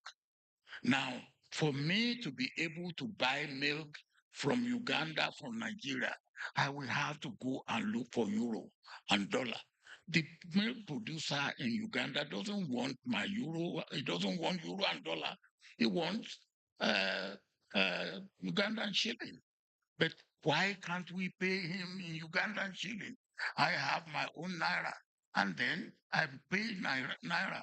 That is one thing that Afreximbank has started. Now, why can't our central bank put their heads together and say, hey, this is a good idea. Let us make it work. Let us take it up and run with it. And then naira, dollar will not be what we need. Euro will not be what we need. Chinese currency will not be what we need. It's only when we need to buy Chinese goods we will look for Chinese currency. Now, we have other areas where we can multiply. There's multiplier effect in what works, and let us take them. Let us learn from ourselves and among ourselves, and let us then get the lions to move. And when the lions move, the cubs will follow the lion and they will move together. Absolutely.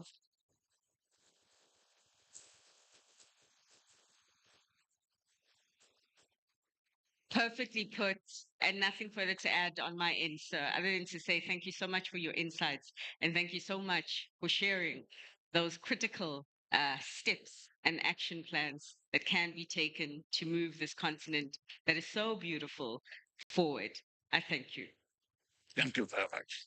Thank you, Fifi. Now, Your Excellency, I said in the introduction that you've been so instrumental. The theme of this year's AAM 2025 is building the future on decades of resilience. And your resilience for Afreximbank has been instrumental in the success. As Professor Orama rounds up what has been truly a stellar decade of leadership, the partnership between you and him and his people has been part of the success of Afreximbank. So I'm going to ask President Orama to please come and join you for a photo right here at the front. I think we all want to see them together, do we not? Ladies and gentlemen, Professor Orama, please join the stage.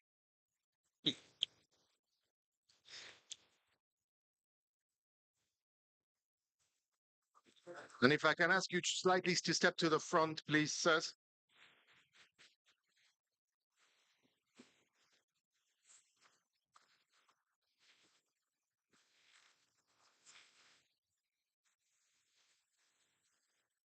Ladies and gentlemen, Professor Benedict Orama and President Olusegun Obasanjo, and of course his lovely wife, Chinelo, definitely join us.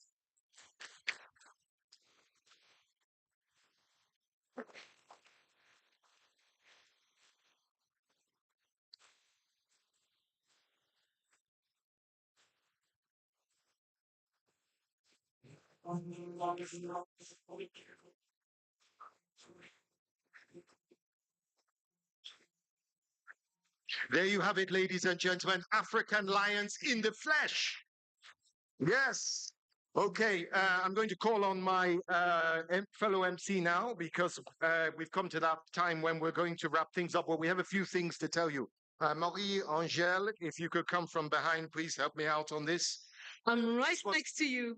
Oh, there you are. Excellent. We both have our own podiums. Now, this is the second to last day, but there's something very important we have to tell you. Tomorrow is the official opening of this AAM 2025. And we've lost count now, 10, 15, Baba, Eshisa. And we have probably 20 sitting heads of state. So that means you need to be here by 8 p.m. if you want to sit with the sitting heads of state. The program starts at 8:30, but I promise you, you won't find a seat if you don't get here at 8 a.m. So be here bright and early. The theme for tomorrow is, and the question is, can Africa rise in a fractured world? Myself, I believe yes. But we'll find out what people think tomorrow. Ladies and gentlemen, that concludes day 2 of AAM 2025. Is there anything else we need to add? No, I think you said it all, and I'm pretty sure that everyone will be here in this room by 7:30 tomorrow morning. So okay, thank you. We have another day of standing up here, so let's just go and relax a little bit. Thank you very much. See you tomorrow. Merci beaucoup, mesdames et messieurs. Passez une bonne soirée et à demain.